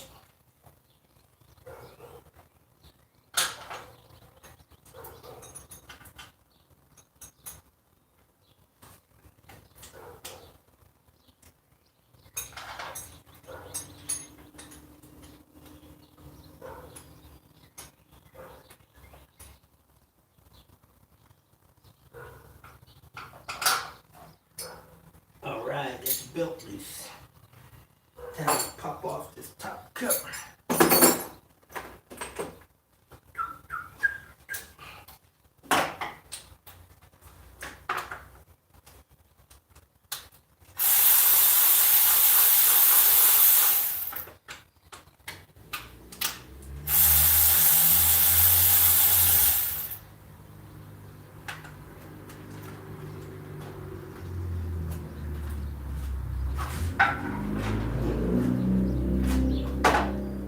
Little bit more oil.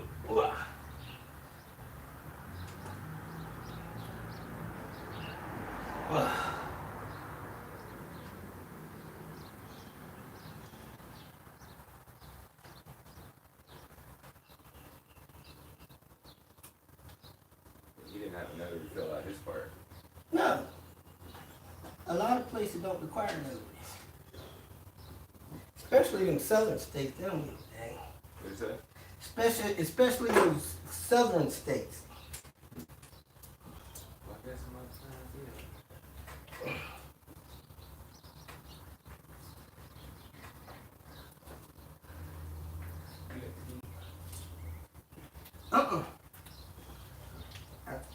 I took it upstairs or whatever.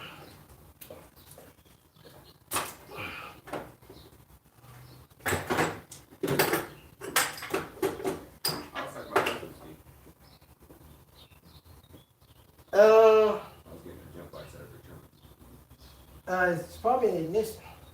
Oh, here it is.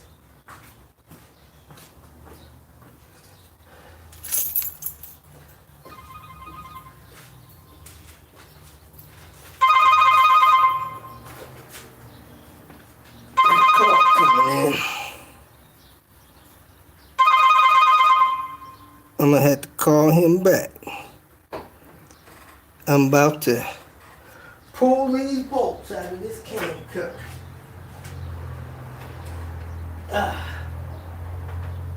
Because we are rolling.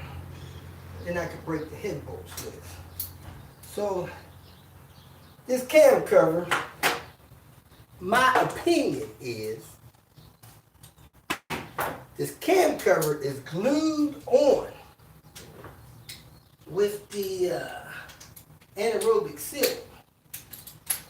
And you need to take all the bolts out. Now, if you want to take them off in a certain pattern, go right ahead. I'm on YouTube now. But I don't think it's necessary. So, my opinion is take the bolts out, rock and roll.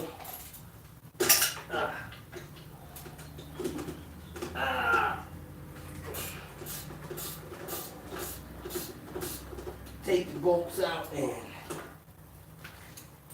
store them where you want to store them and be done with that. And then you break the cover loose.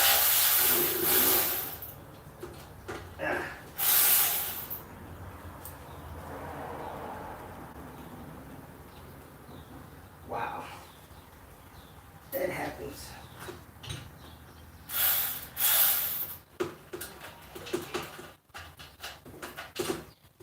Socket gets stuck on the nut. Thread the nut back on the thing. Then turn it off. Alright, now I'm going to take these two out of here.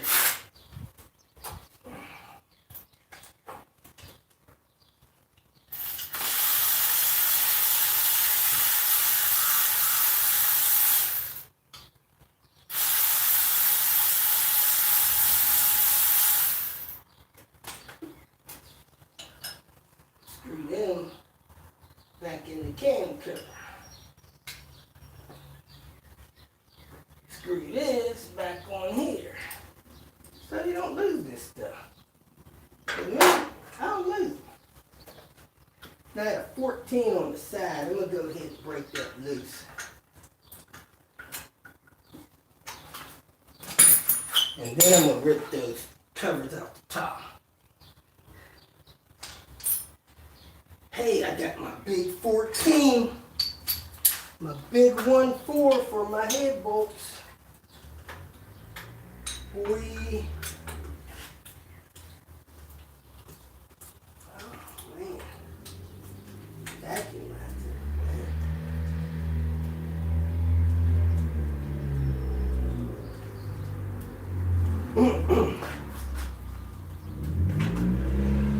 Oh, the crap's my breaker bar. Uh-oh. I done found my breaker bar.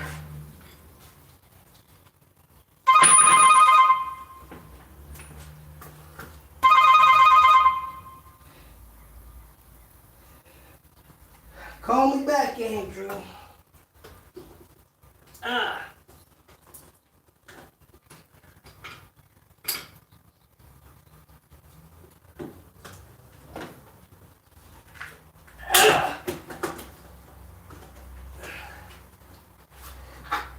It's a heck of a brake fluid bolt.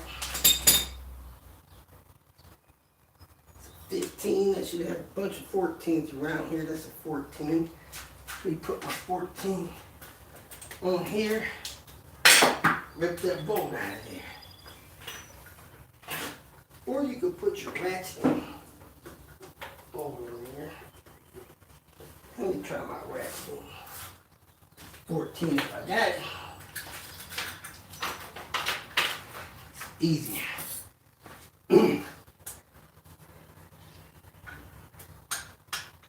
Heck, I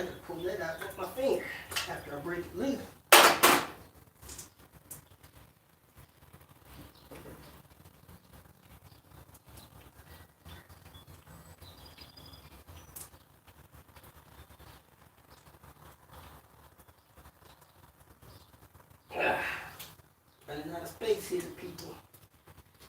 Vacuum line with crap.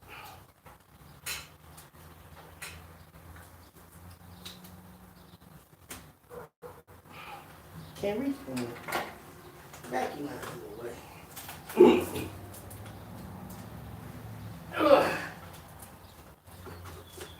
Alright, let's try that.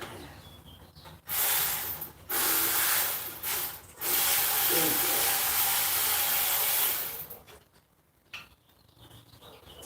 Try not to drop it.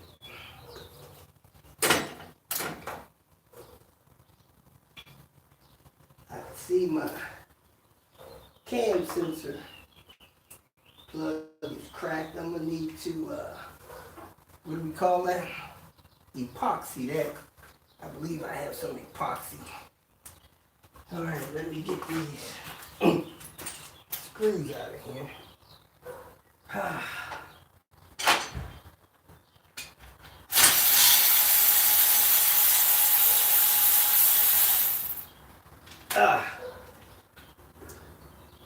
Kind of sucks when you're over there.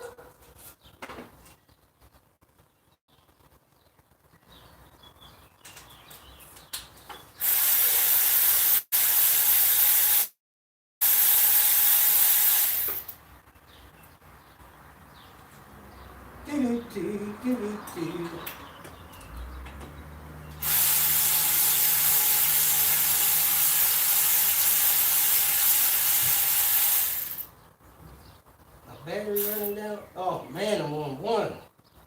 I need to put that thing on the charger here real soon.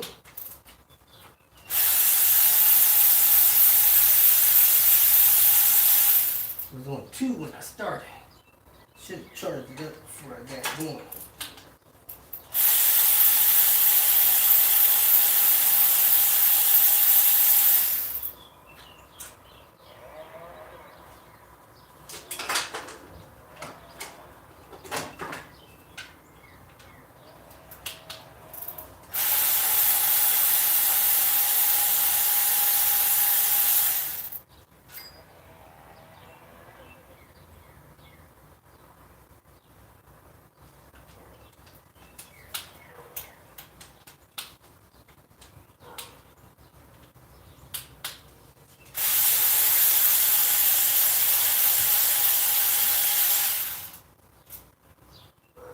Do do do do do do.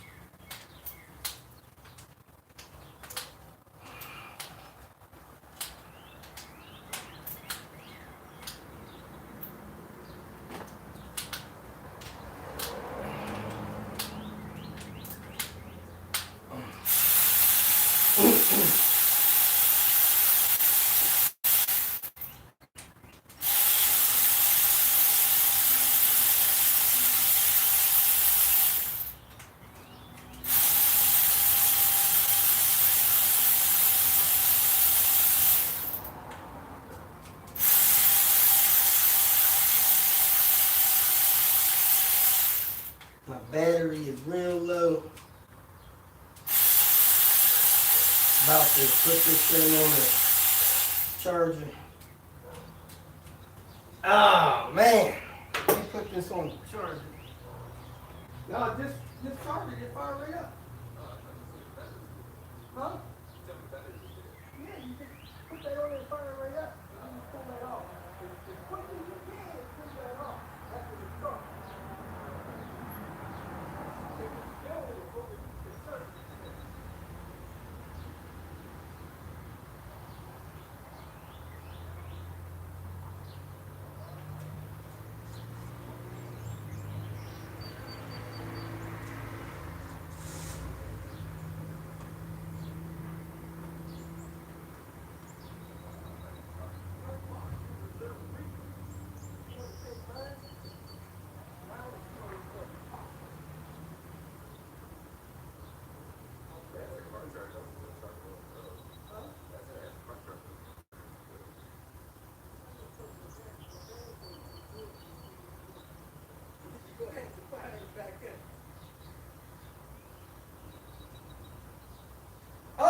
Oh, okay. Yeah, you can try that. You said you're going to plug it in on the truck. Yeah, look, that is my I'm gonna go around for a good like half hour. Yeah, that's fine. Okay. Let me get, I gotta get some tape. What kind of tape? Got tape, let's put that one down. This certificate of sales, you're still putting it in. Oh, I got some over there. They're right inside the door. Scotch. Yeah, as long as it's something to take back in the window, they probably leave it alone.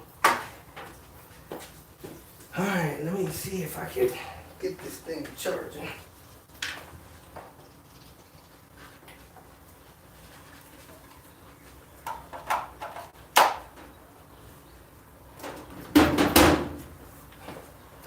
I got that charging. Let me see if I got the speed handle.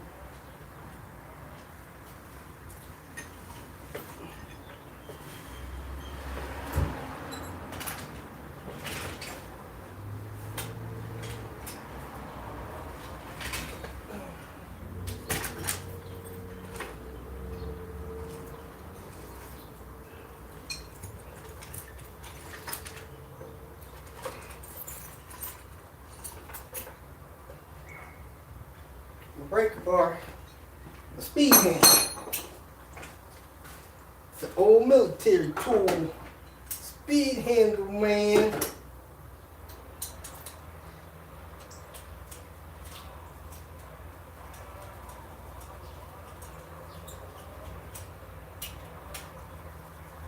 While that charges up, I can use this speed handle.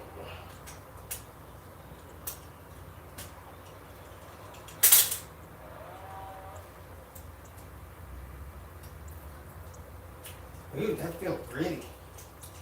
That wasn't good.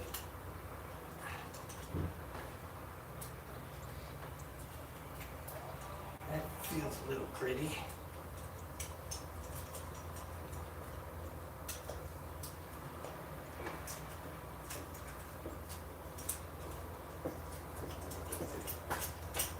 Yeah, they'll probably want to come out and look at the car since it's an out-of-state title. So good. Alright, I see you in a little bit. All right. You'll be here all day? No, I gotta go, in a few minutes, gotta go to the shop and finish pulling the valves out of here and put them in that other head. Oh, okay. So I'll be gone for a little while.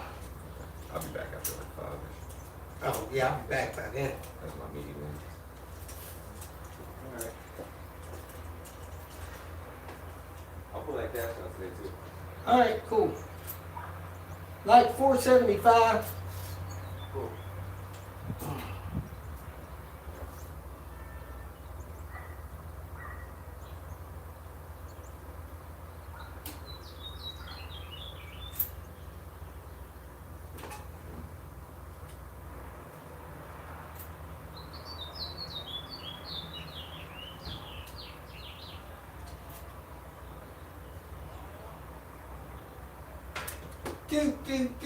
Do.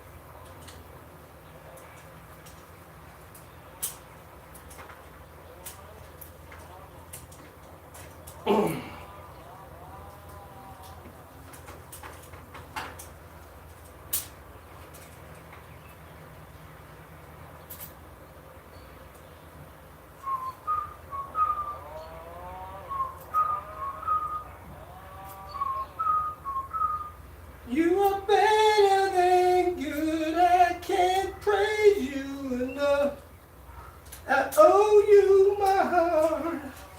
I can't thank you enough.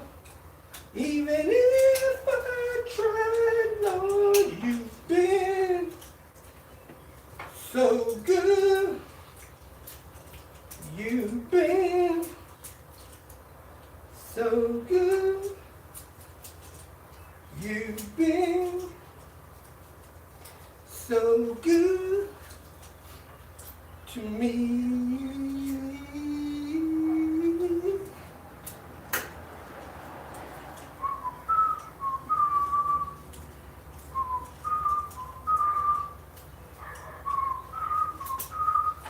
You've been better than good. I can't praise you enough. I owe you my life. I can't thank you enough. Even if I tried, Lord, you've been so good. You've been so good. You've been so good to me.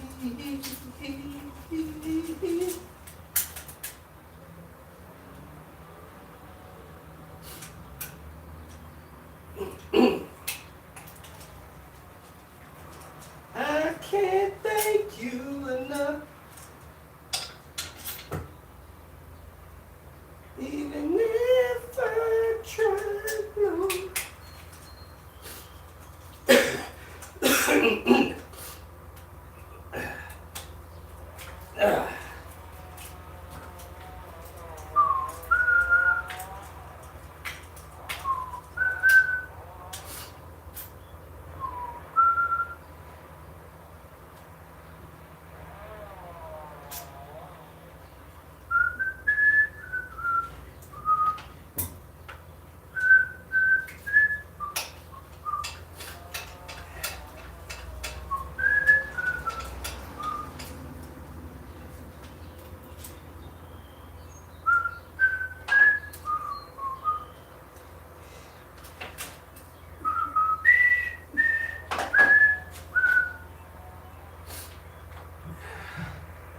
One more cam cover bolt.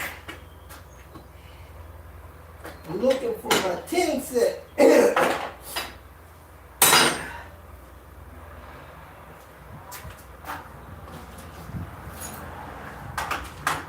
I had a little 10 millimeter. What the? Here it is.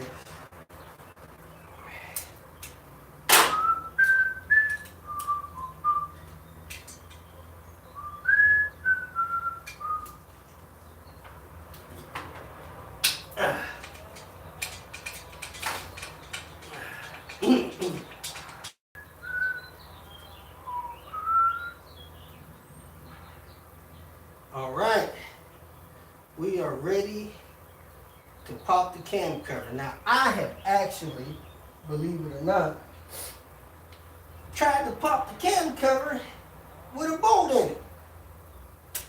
One bolt can ruin your cam cover day.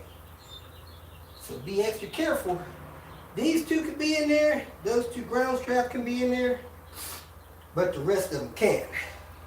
Now the best thing to do, keeping that head, I'm gonna have it double checked, but I was told that head has been extended.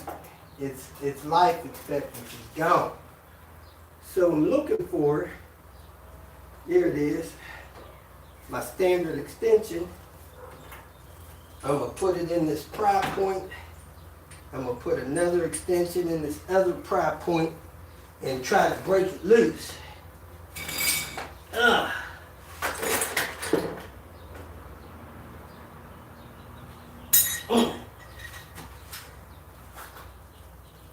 gonna put this in here. That actually fits in there. Let me put this over here and see if I can pop this loose.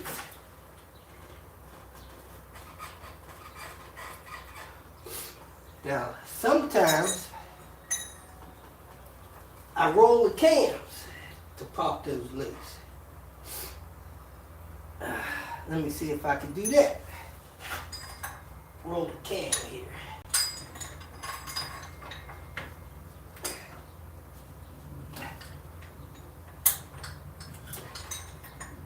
Sometimes that pops it loose. See, if you got the crank on the mark, you can roll these cams 360 degrees and sometimes that'll pop the cylinders. If that don't work, you gotta prime with the pry points. And that is not working.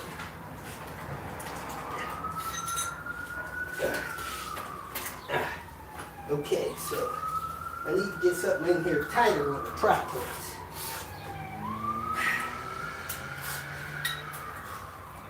Because that pry point actually started to bend as I was trying to pop that loose. Where'd my screwdriver go?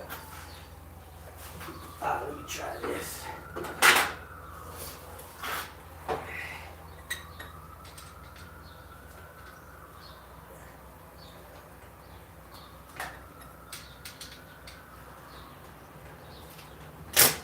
I heard it crack loose that time. Now it's loose.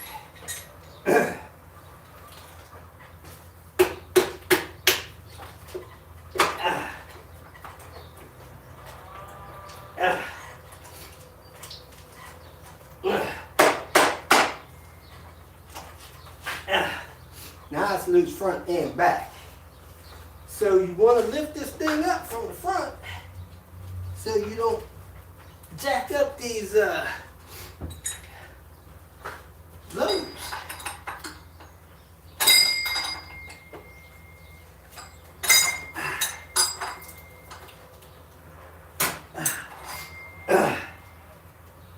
So you can put something in the pry point back here and pry this up. I would strongly recommend the front edges of these for sure. Don't put nothing in the surface of those heads. All right, so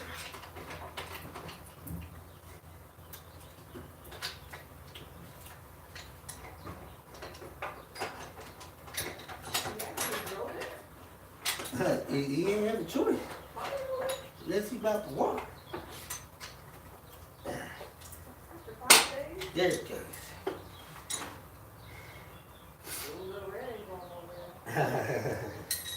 No ma'am, I'm about to lift the head up off of here.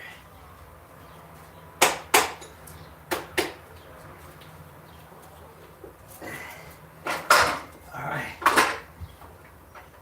So, I don't know if you've seen that. Oops, oil. Oil alert. Let me go get an oil heater pad. Leaking a little oil.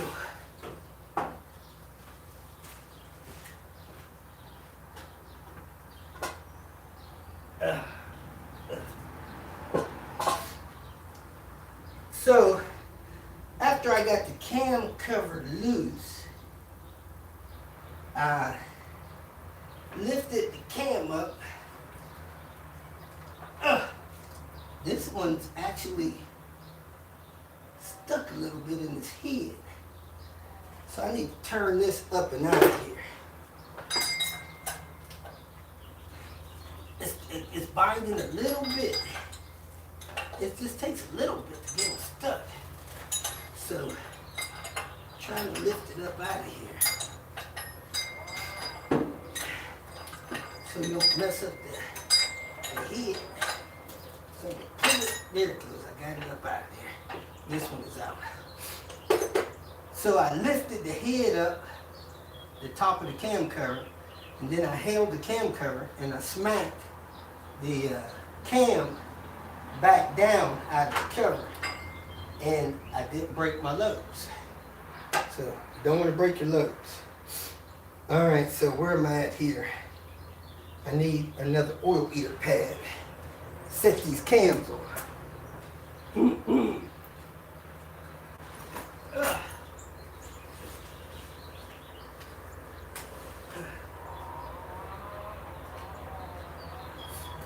You don't want oil everywhere.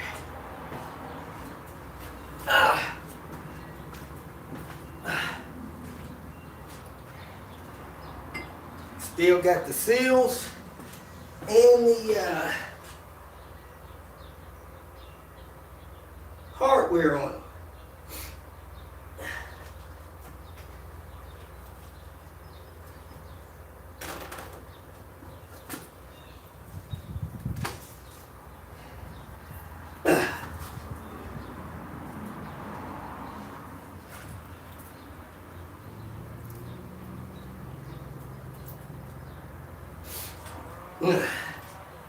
Intake cam out, the exhaust cam out.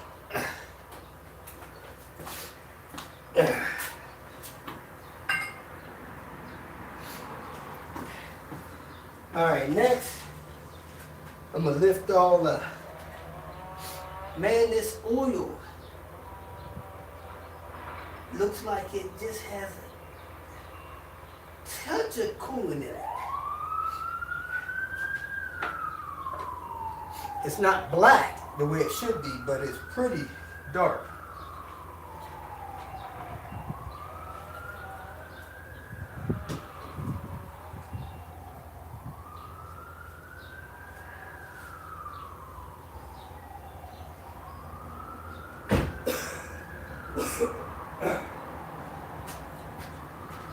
All right, so gotta get the lifters out of there.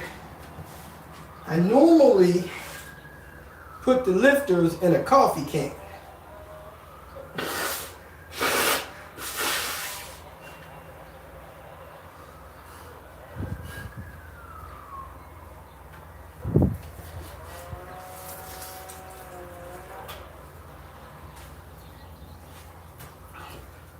Another good option for the lifters is an oil container bucket.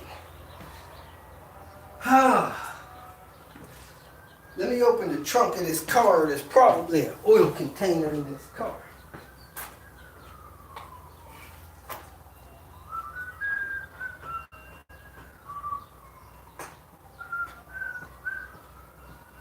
I should have unlocked all the doors when I had this thing unlocked.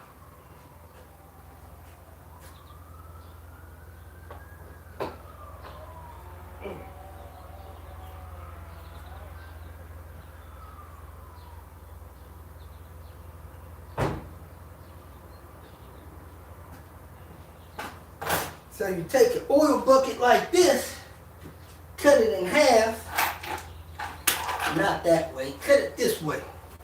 A pair of scissors or whatever.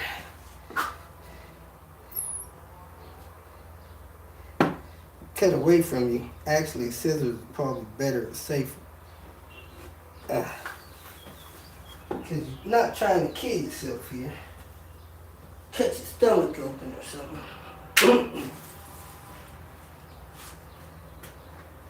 Looking for my, must have left them upstairs, my shears. I got a pair of scissors somewhere,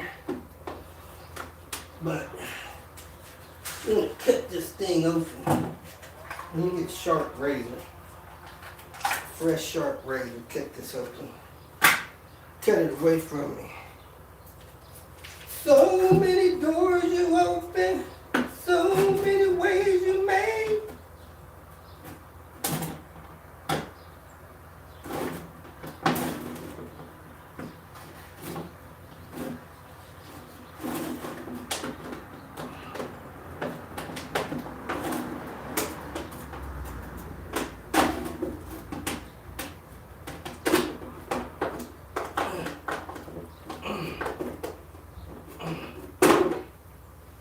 Alright, you want your lifters submerged in oil, that's better for them. So let me get the lifters out of here, set them in this bucket. You could keep them in order if you want, but you don't have to, because this car has hydraulic lifters. Now, if you are leaking coolant into your oil, you can wear your engine out really quick. And I do see some sludge building in here. She's been driving with this head breached for about 5 months. October, November, December, January, February, March. 6 months. Probably should have been changing the oil monthly, leaking a little coolant in it. Just a little bit of coolant. It's been full synthetic oil, so hopefully that's a saving grace on this thing. But man, this situation is a little bad. Now, you can check these lifters. What I do is I set the lifter down upside down, and I try to compress it. If I could compress that center piece, to me that lifter's bad, because normally I can't compress it. So you take a screwdriver, see if I can push it down. Nope, can't push it down. Now this engine's been quiet, so I don't think any of these lifters are bad, need to be replaced. But man, this engine has been built in sludge with this. So I'm going to flush it out with some Marvel Mystery Oil or something. Because there is sludge in this engine because it's been driving around with this dang on bad head. I can see it in the channels. Let me come get the camera so you guys can see what I'm talking about with this oil and this sludge that's building up.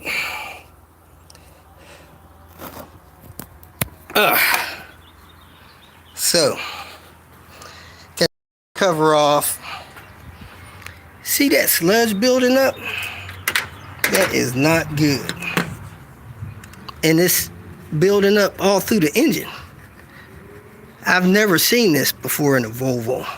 It's normally nice and clean, but that sludge is because it's been seeping a little coolant in the oil.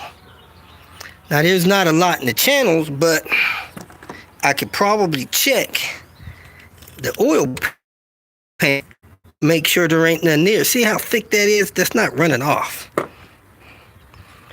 Oil should just run off.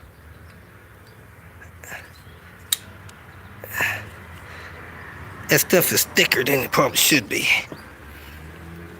So, anyway, I'm gonna break these head bolts loose. Show you how I do that real quick. And then I'm going to pull the head up and come to the shop. Man, look at all that sludge down there. This is a lot. See all that sludge? I should probably replace this engine. It might flush, I don't know. But that is a lot of sludge. I didn't notice this last time she was driving around with a bad head, but I'm seeing it this time. So there is a little bit of coolant mix.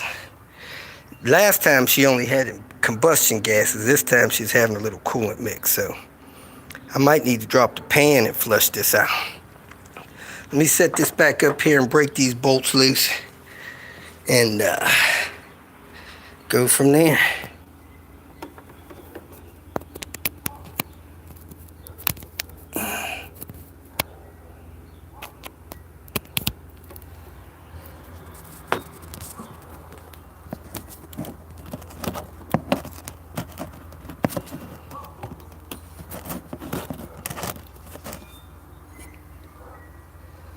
And I think that'll stay. We put a fresh glove on. Get my 14. Break some bolts loose.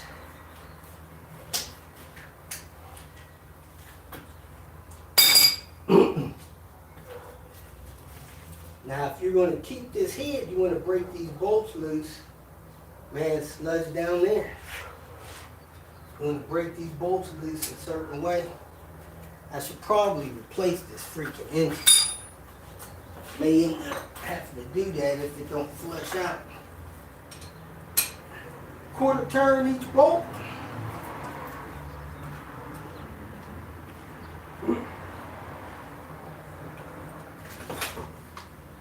In a certain pattern. I need to look that pattern up, so let me excuse myself. I'll be back within a couple of minutes to break these bolts loose.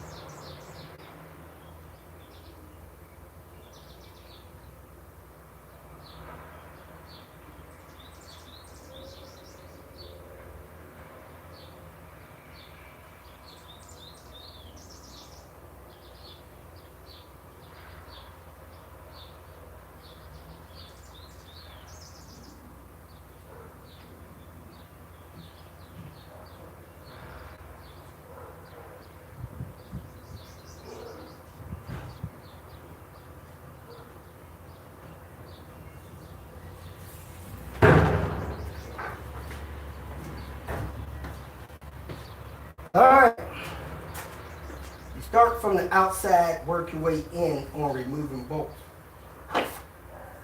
So, let me get cracking over here. Quarter turn at a time.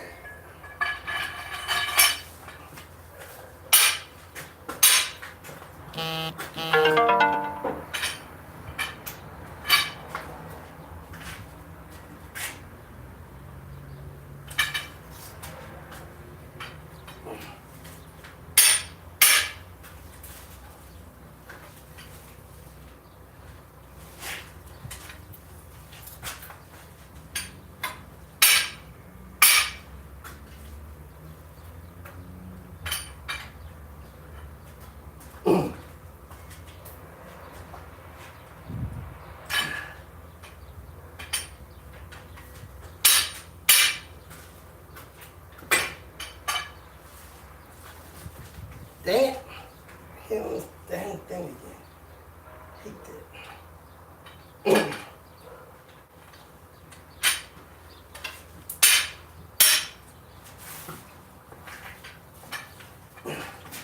When you slowly crack these bolts loose, you normally don't work the head while you're pulling it out. Other than that, you would be working the cylinder head while you're pulling it. And you don't want to do that. Now, I already mentioned, last time I had this head resurfaced, the machine shop told me if it ever overheated again, there probably wouldn't be anything left to resurface it. So, being that it's overheated, it's warped somewhere, and that warped location is probably right there where I just hit. Cylinder 2 bolts didn't seem as tight as all these other bolts have. So,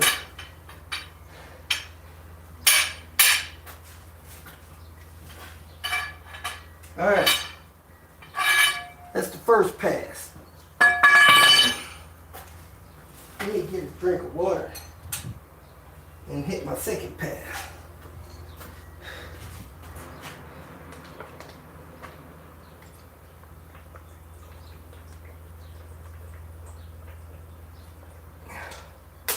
I started about 9. It is now noon. So it took me about 4 hours. I'm sorry, 3 hours to get this head off. Quarter turn, quarter turn.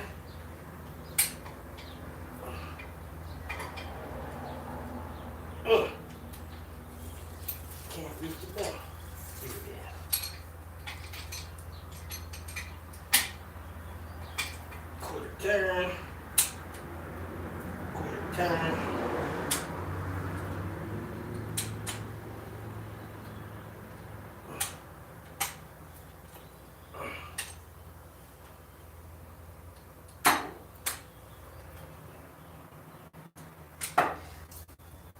Heck, if this head was able to be made true, I can just get it made true and put it right back on. But I don't think that's possible. Where is my... Man, that's nasty. Let me set this down on this rag.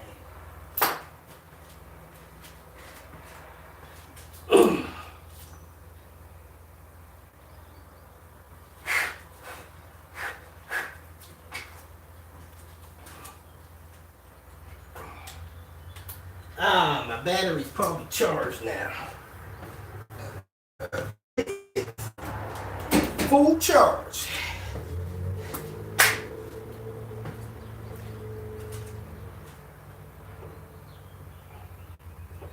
Where's my extensions?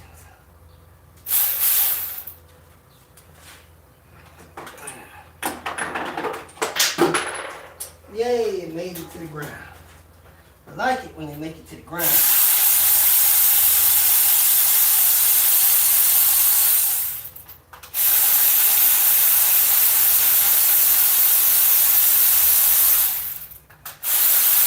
I already broke loose, so I'm just going across.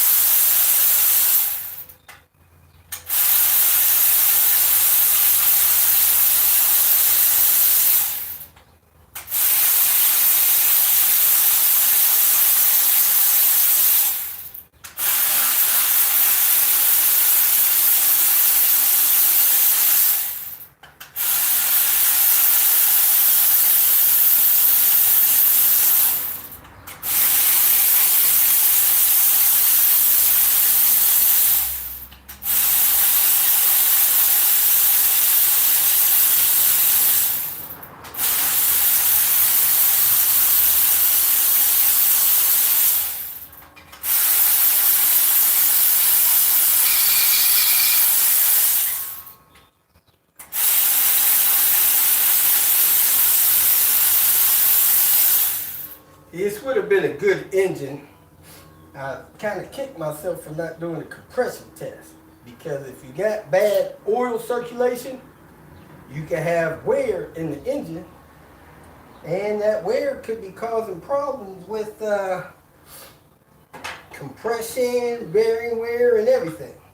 So I got this bed changing pad. Let me go get that. That's what I'm gonna set this head on, since it's got so much oil and stuff in it.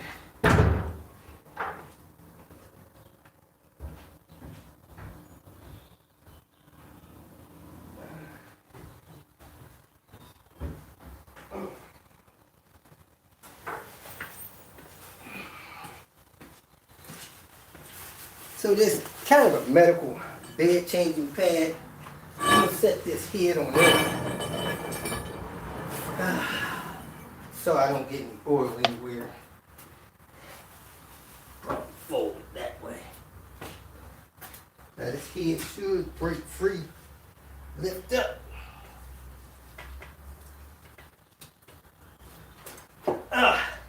Need to break it loose down there at the. It looked like it was coming up a little bit. Where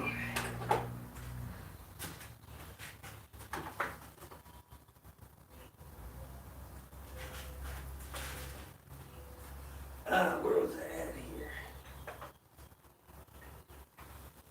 I've actually pried these things up with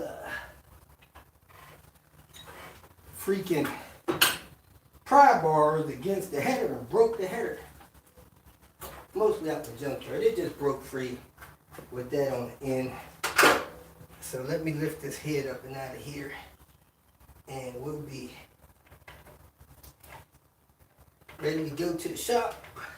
I need the intake valves out of this thing. Oops, I got to screw down the front side. I almost forgot that screw that's normally missing when you see a car that's had the head replaced. It's in a little 10 millimeter timing cover.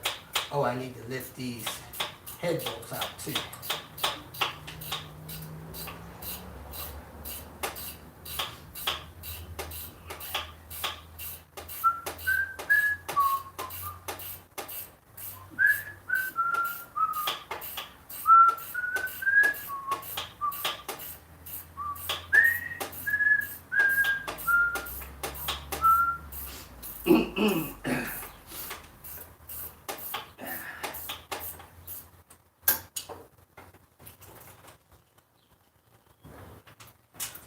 Here we go. Oh, I need to take this sensor out and unplug it. I didn't finish doing that.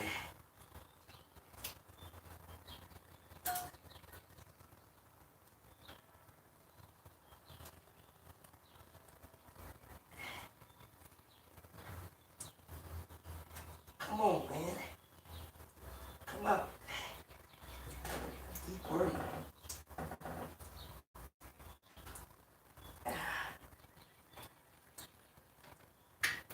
There we go. Don't lose the gasket.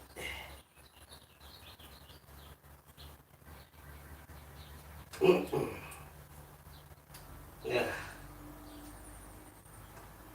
Let me take the gasket off here so I don't lose it.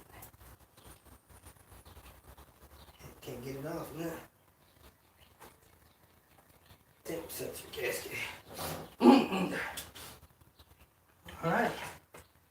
This head should lift up and out of here. Oh. Get the dang bolts out.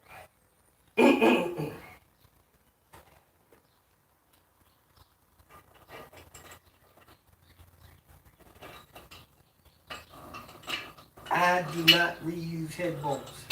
If you want my used head bolts, you are welcome to them. Some people say you could use them twice.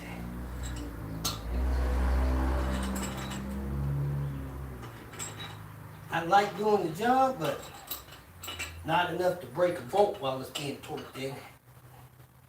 Then have to get it out or break one and pulling them out. I'm just not into that. So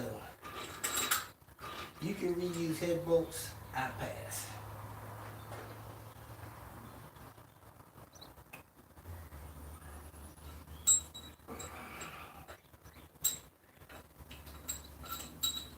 I use these head bolts to with my torque bushing tool.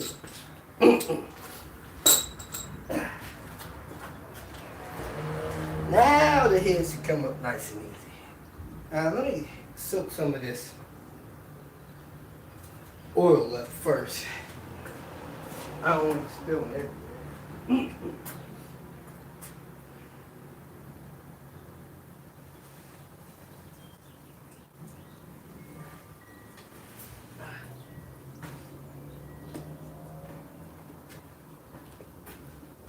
Oil eater pad.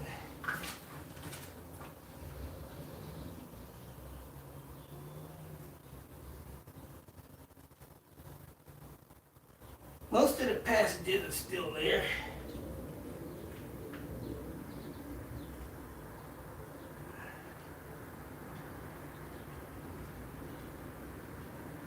All right, let's see if we can get this out of here.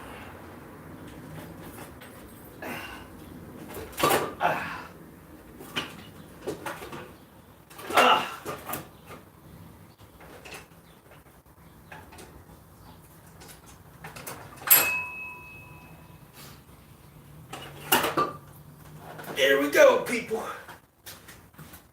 Cylinder head removed. All right. Now we need to take this cylinder head up to the shop, grab the other cylinder head, go up to the shop.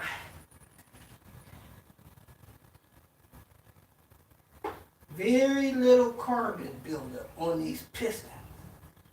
My daughter, I think she gets most of her fuel from, what's that place called? Kroger. Little bit on number 1, almost nothing on number 2. Number 2, I think, is a cylinder that's having a misfire. It's pretty clean.